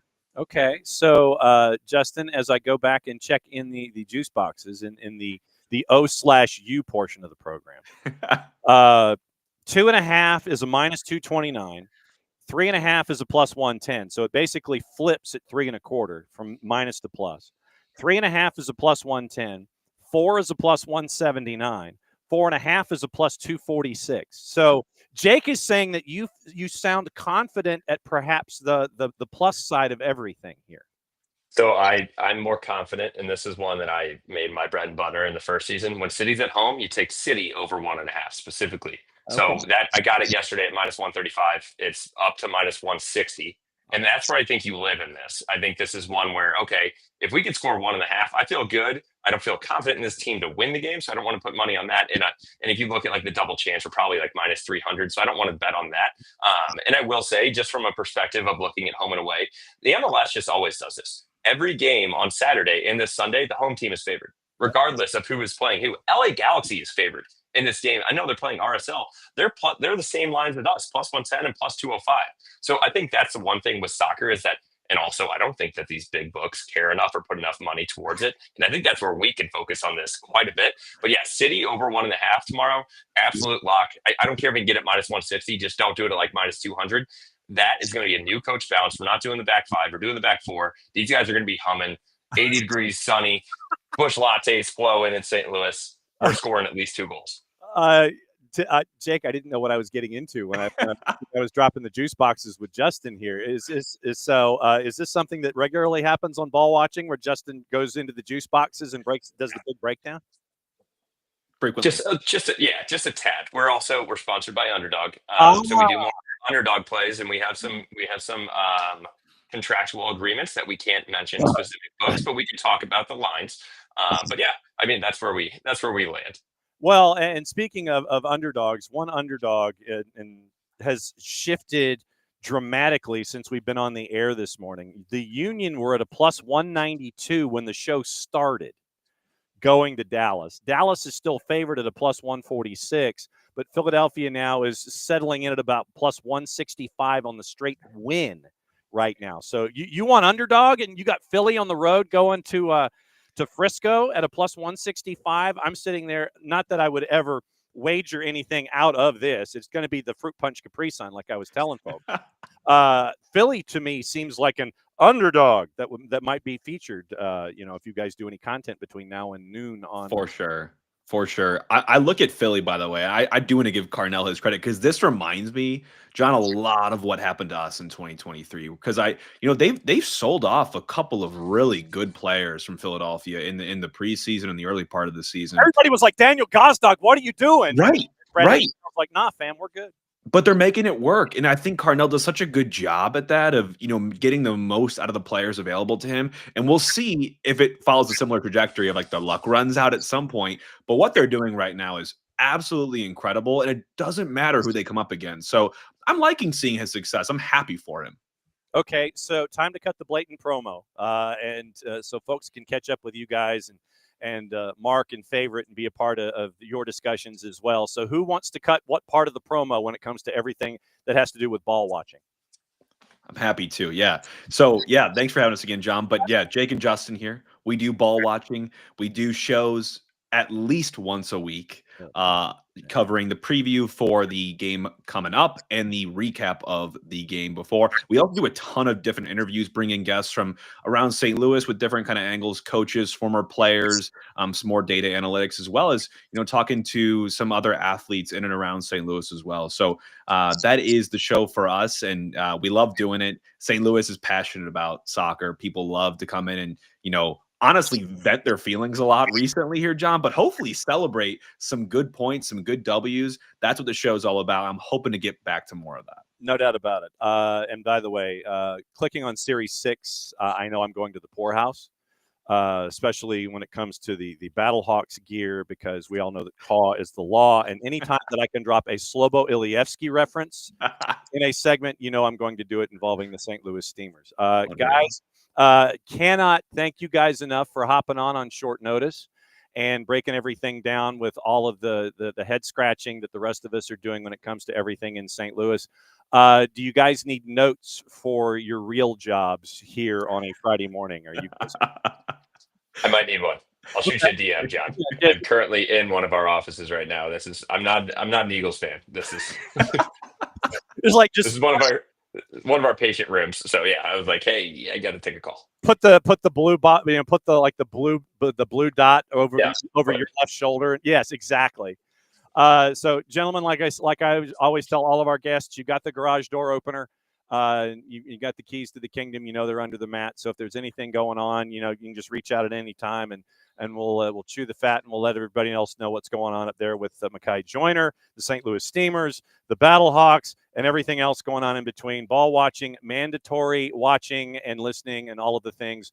Jake and Justin, thanks a lot, guys, for wrapping up the week for us. Be safe and enjoy your noon kick tomorrow. We'll be watching with everybody else. Thanks, John. Take care. Thanks, John. All right, so there goes Jake, and there goes Justin, and that's a show, and that's that was cool.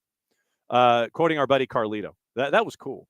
When you're able to, I literally was like, hey, what are you guys doing? With a coaching change and everything, and so it was like, okay, and trying to make sure that they didn't get in trouble with their real gigs, and were able to crash for 20 minutes and let everybody know what's going on. That's what we like to do. We like to kind of let everybody know what's going on with all of the other stories. And obviously the Olaf Melberg dismissal was a huge story in Major League Soccer after only half a season. You're sitting there and you're going, what's going on? And so that's when we knocked on the door and decided to catch up with our friends from Ball Watching. But yeah, you go into their link tree, and this is when I went down the rabbit hole, just for edification.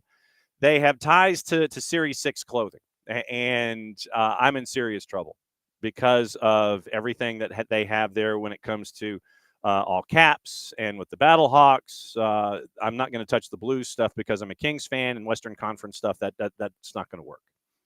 But at least they need to say, Series 6. Here's what Series 6 can do. Series 6 can get some City 2 stuff. That's what they can do. Because I looked in their soccer grid, and they didn't have anything involving City 2. They need to work on some City 2 gear. That's what they need to work on. Anyway, so yeah, Series 6 is a part of their link tree. But yes, follow along Ball Watching, and you get to find out everything else that's going on involving the soccer scene there in the St. Louis area in the Midwest. So Ball Watching, Ball Watching, Ball Watching. I don't think I've said it enough. And it literally is at Ball Watching STL.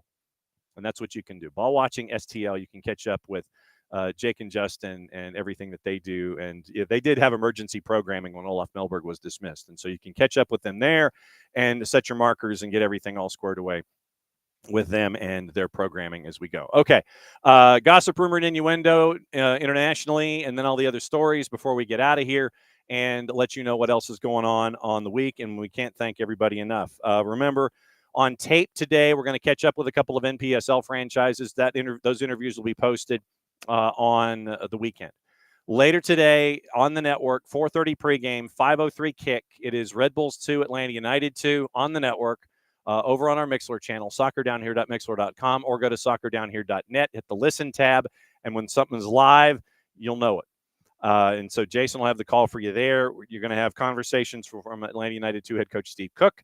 You're going to have conversation with Ryan Carmichael, and we're going to take the tour in MLS Next Pro and let you know what else is happening this weekend, because Atlanta United 2 and Red Bulls 2 are the first match of the weekend at Montclair, and that is a 5:03 kick.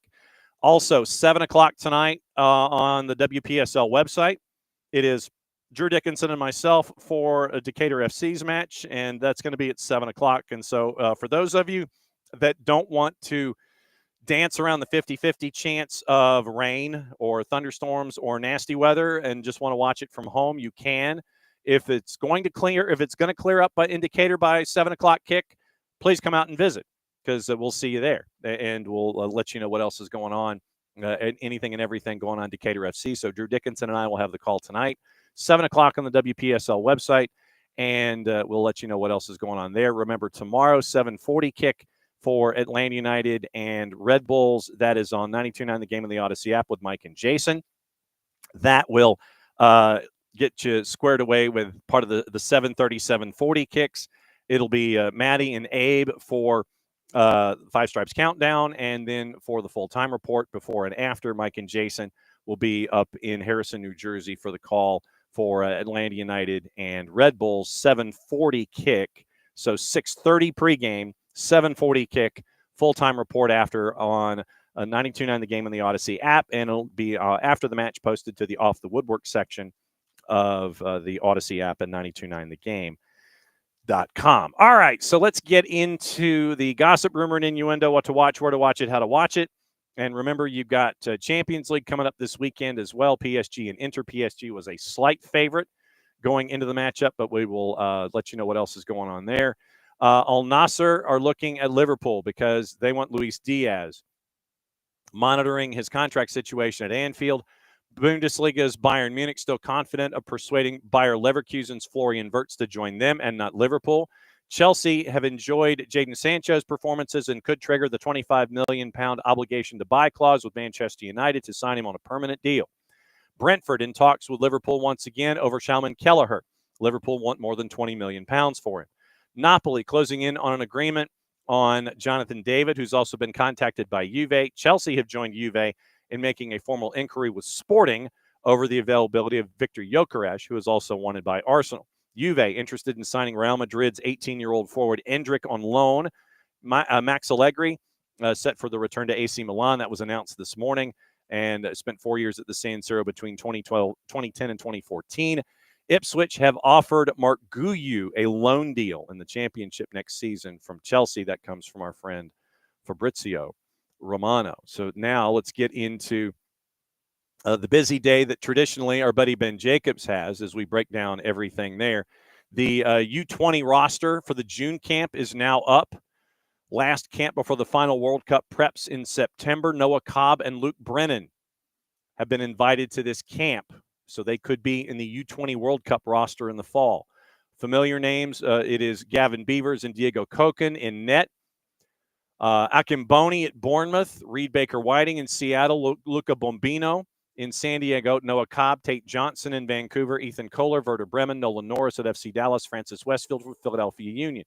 Midfield, Matthew Corcoran, Nashville, Benjamin Kromoski at Messi and Friends, Taha Habrun with Columbus Crew, Sergio Orahel at Chicago, Brooklyn Reigns in Houston, Pedro Soma with Barcelona. Luke Brennan, one of the forwards, Christian Fletcher, DC United, Xavier Goza with RSL, Peyton Miller with the Revs, Serge Ngoma with Red Bulls, and Marcos Zambrano with Vitoria Guimaraes. Those are the 22 names that have been essayed. So 6 and 6 and 8 and 2. So 22 players invited, 2 keepers, 20 position players. U20 roster for the June camp is now out as of a half hour ago. And that is what you were looking at there. Also, it is, let's see, Ben Jacobs. That's where we were going. We're going to check with Ben Jacobs and all of the other news that has come across his desk. And we'll let you know what the words are there with Ben Jacobs. Once again, Chelsea closing in on Liam Delap. Chelsea triggered the £30 million release clause. He has permission to undergo a medical. It will take place at the earliest this weekend or even early next week. Mentioned Liverpool improved second offer, €130 million to Bayer Leverkusen for Florian Wirtz, as David Ornstein was first to report. The bid does include add-ons. Keen on a move, Liverpool now optimistic of completing a deal. Now, once again, 8 o'clock this morning was when Milan confirmed Max Allegri was coming back as their new head coach. Al Hilal have held productive talks with Bruno Fernandes's agent. He's Al Hilal's top target. President Fahad bin Nafel has pitched directly to the captain. Hilal have made it clear to Fernandes that he must join before the Club World Cup in the extraordinary window of June 1 through 10.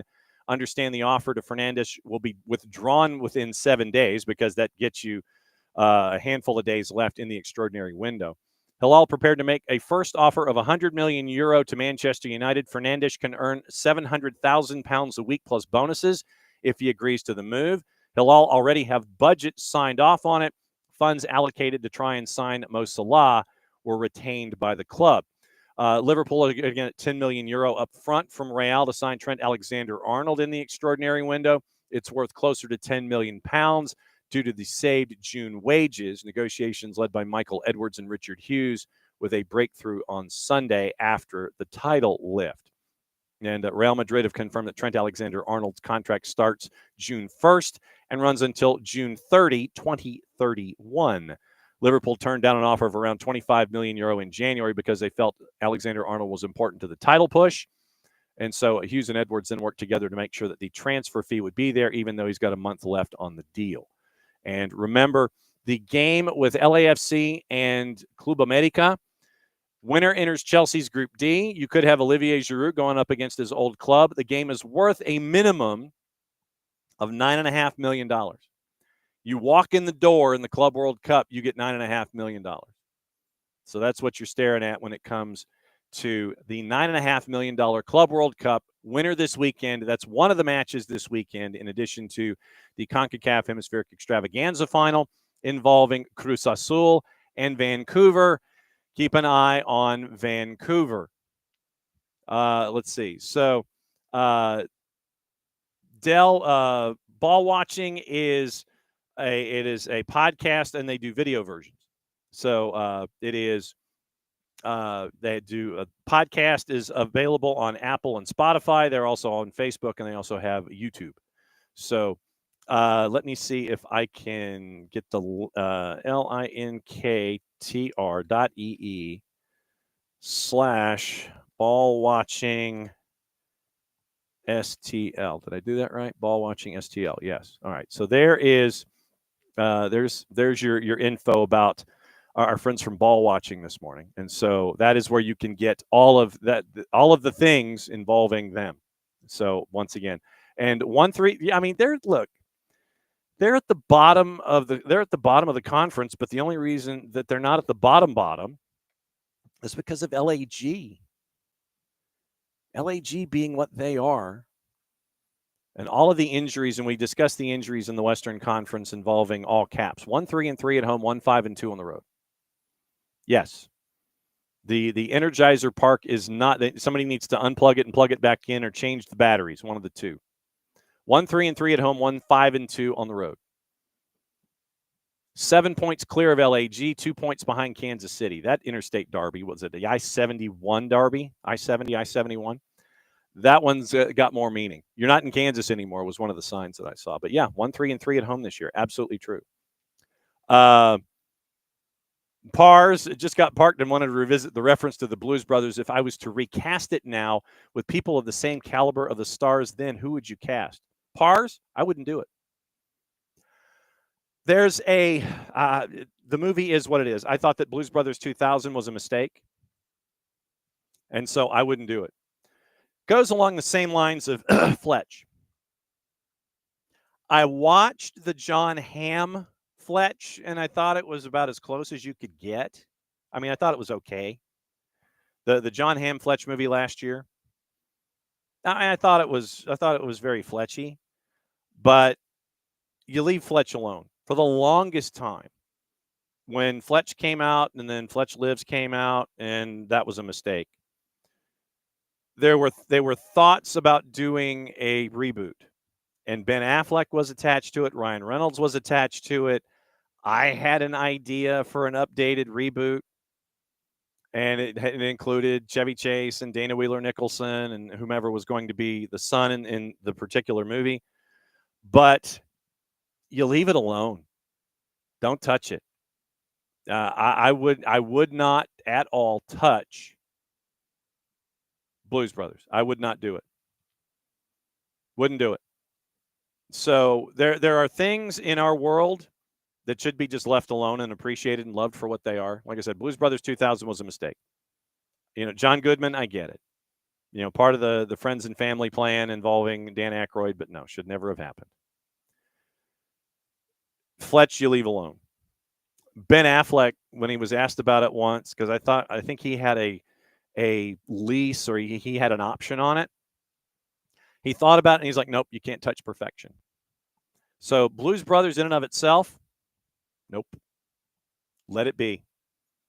Let Henry Gibson be Henry Gibson. Let Aretha Franklin be Aretha Franklin. Matt Guitar Murphy and Bones Malone and all of them. Lulu Marini. I mean, because and especially the band, I don't think you can replicate Colonel Cropper, Donald Duck Dunn, Willie Hall, Blue Lou Marini. You can't do it. You just can't.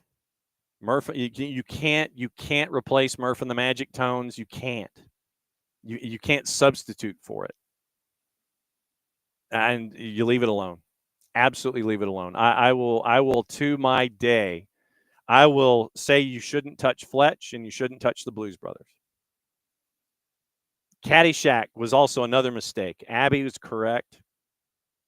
Stays as it is. Dell, no, you can't touch Caddyshack. Caddyshack 2 was an awful movie. Jackie Mason and the fun golf and the mini golf and all that, no. Caddyshack stays by itself. Blues Brothers stays by itself. Fletch stays by itself. You don't do reboots. Because how many times have we done reboots and they were just awful? Just absolutely awful. And Dell, yes, to your point. John Hamm did a good job, nowhere close to Chevy Chase. Nowhere close. Yeah, and I mean, and Dell, yeah, Cab Calloway and the whole thing with the band. And this is something that bugs me currently. When you see at sporting events the in-house arena people play Minnie the Moocher and they don't play the whole thing, that to me means that they don't know the bit and they haven't spaced it out properly. You need a full timeout to do it. Like when they do the Freddie Mercury sound check from Live Aid and they don't play the whole thing, it drives me crazy. So if you're going to do Minnie the Moocher, do the whole thing. Don't cut it off. And if you're going to do Freddie Mercury from Live Aid, play the whole thing all the way through the all right.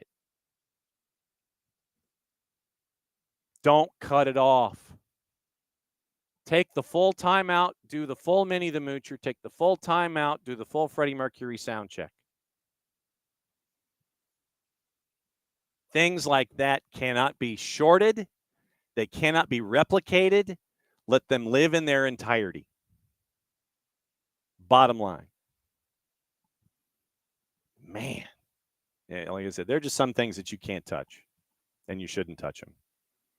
I mean, I know that we want to sit there and nope, I couldn't do it. I mean, and woe is the movie exec pars, to your point, that wants to tackle a project like that because the expectations that are attached to it, oh my God.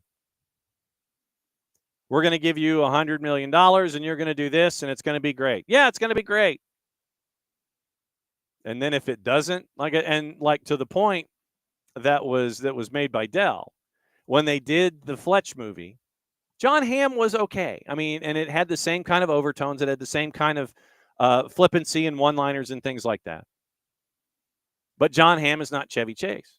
I give John Hamm a lot of credit for tackling the role, but it should have been all or nothing. You gotta, it's like, look, you got to embrace it and you got to understand and you've got to hit it right. I mean, like Ryan Reynolds right, or something like that to that effect.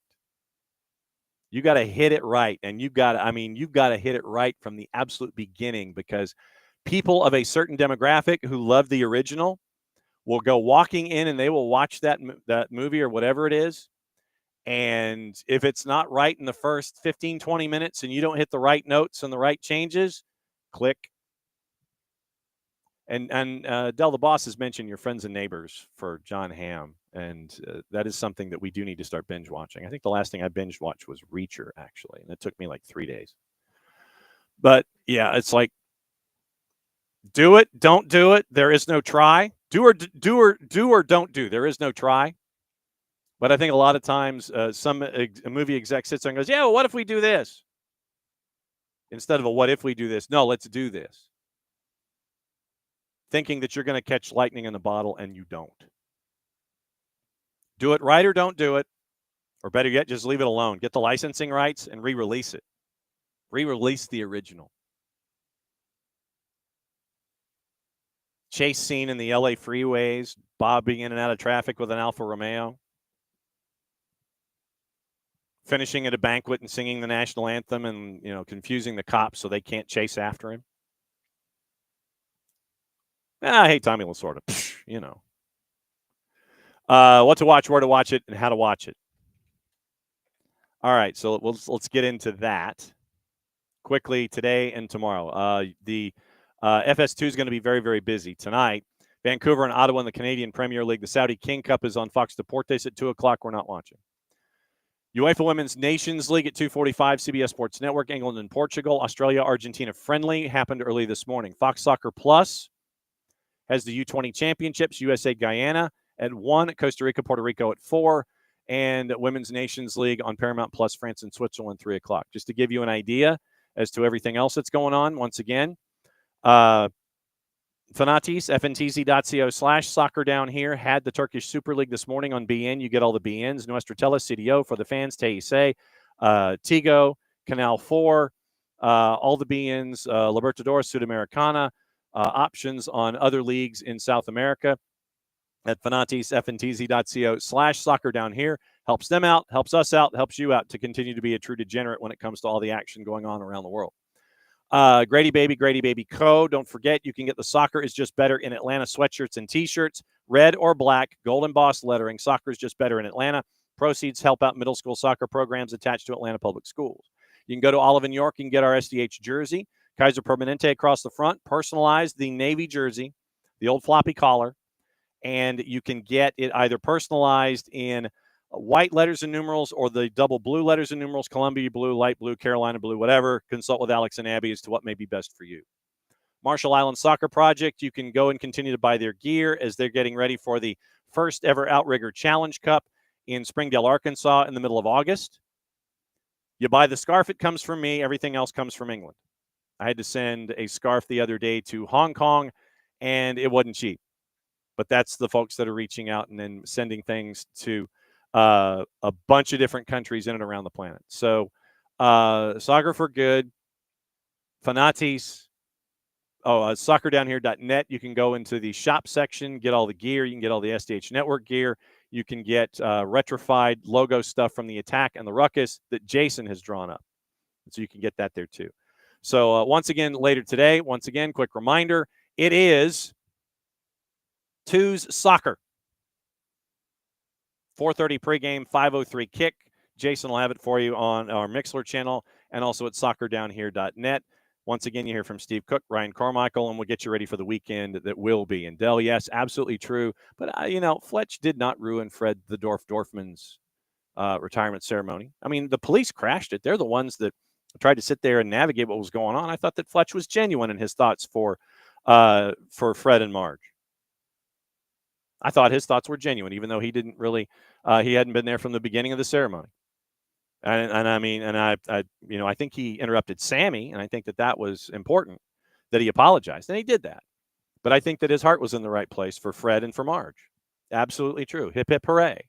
And on that note, we're going to pack it in for another week. Once again, thanks to all the guests this week. Thanks to our friends from Ball Watching up in St. Louis. Thanks from Kyndra de St.Aubin. Thanks to Tyler Terrence for crashing Kyndra's segment. And thanks to all of you. And thanks for being a part of everything that we have done all week. We ain't stopping. We'll be back at it again on Monday, but obviously we got the twos today. You've got the first team tomorrow. And remember, Champions League is this weekend and all the other fun that's going to be going on this weekend. We'll talk about it again on Monday and break it all down and let you know whatever else is going on. Thanks to all of you guys in the Twitch pitch for being a part of everything. And yes, Fred the Dorfman is a true man among men. So for everybody here at SDH, that's the end of another week. That's the end of another show. And since it is the end of another show, it's time that we do this. But since it is a Friday, you know what that means. We have to completely and totally make sure that you are on your way in the proper manner. Play it safe, everybody. We'll see you next time. The war was on. The keys on the typewriter had sharp points sinking into our fingers. The dictating equipment started asking us questions, and our beepers sent electric shocks just through our body like a cattle prod. Out in the warehouse, the trucks kept banging into the docks, not even thinking about stopping. Oh, our frail bodies were strapped to the chairs, and our chairs were chained to the desks. Our pleas for justice were ignored, and the end seemed near. But we busted our slave drivers' little bitty balls. We've charged out of their brick fortress. The streets are ours because it's Friday.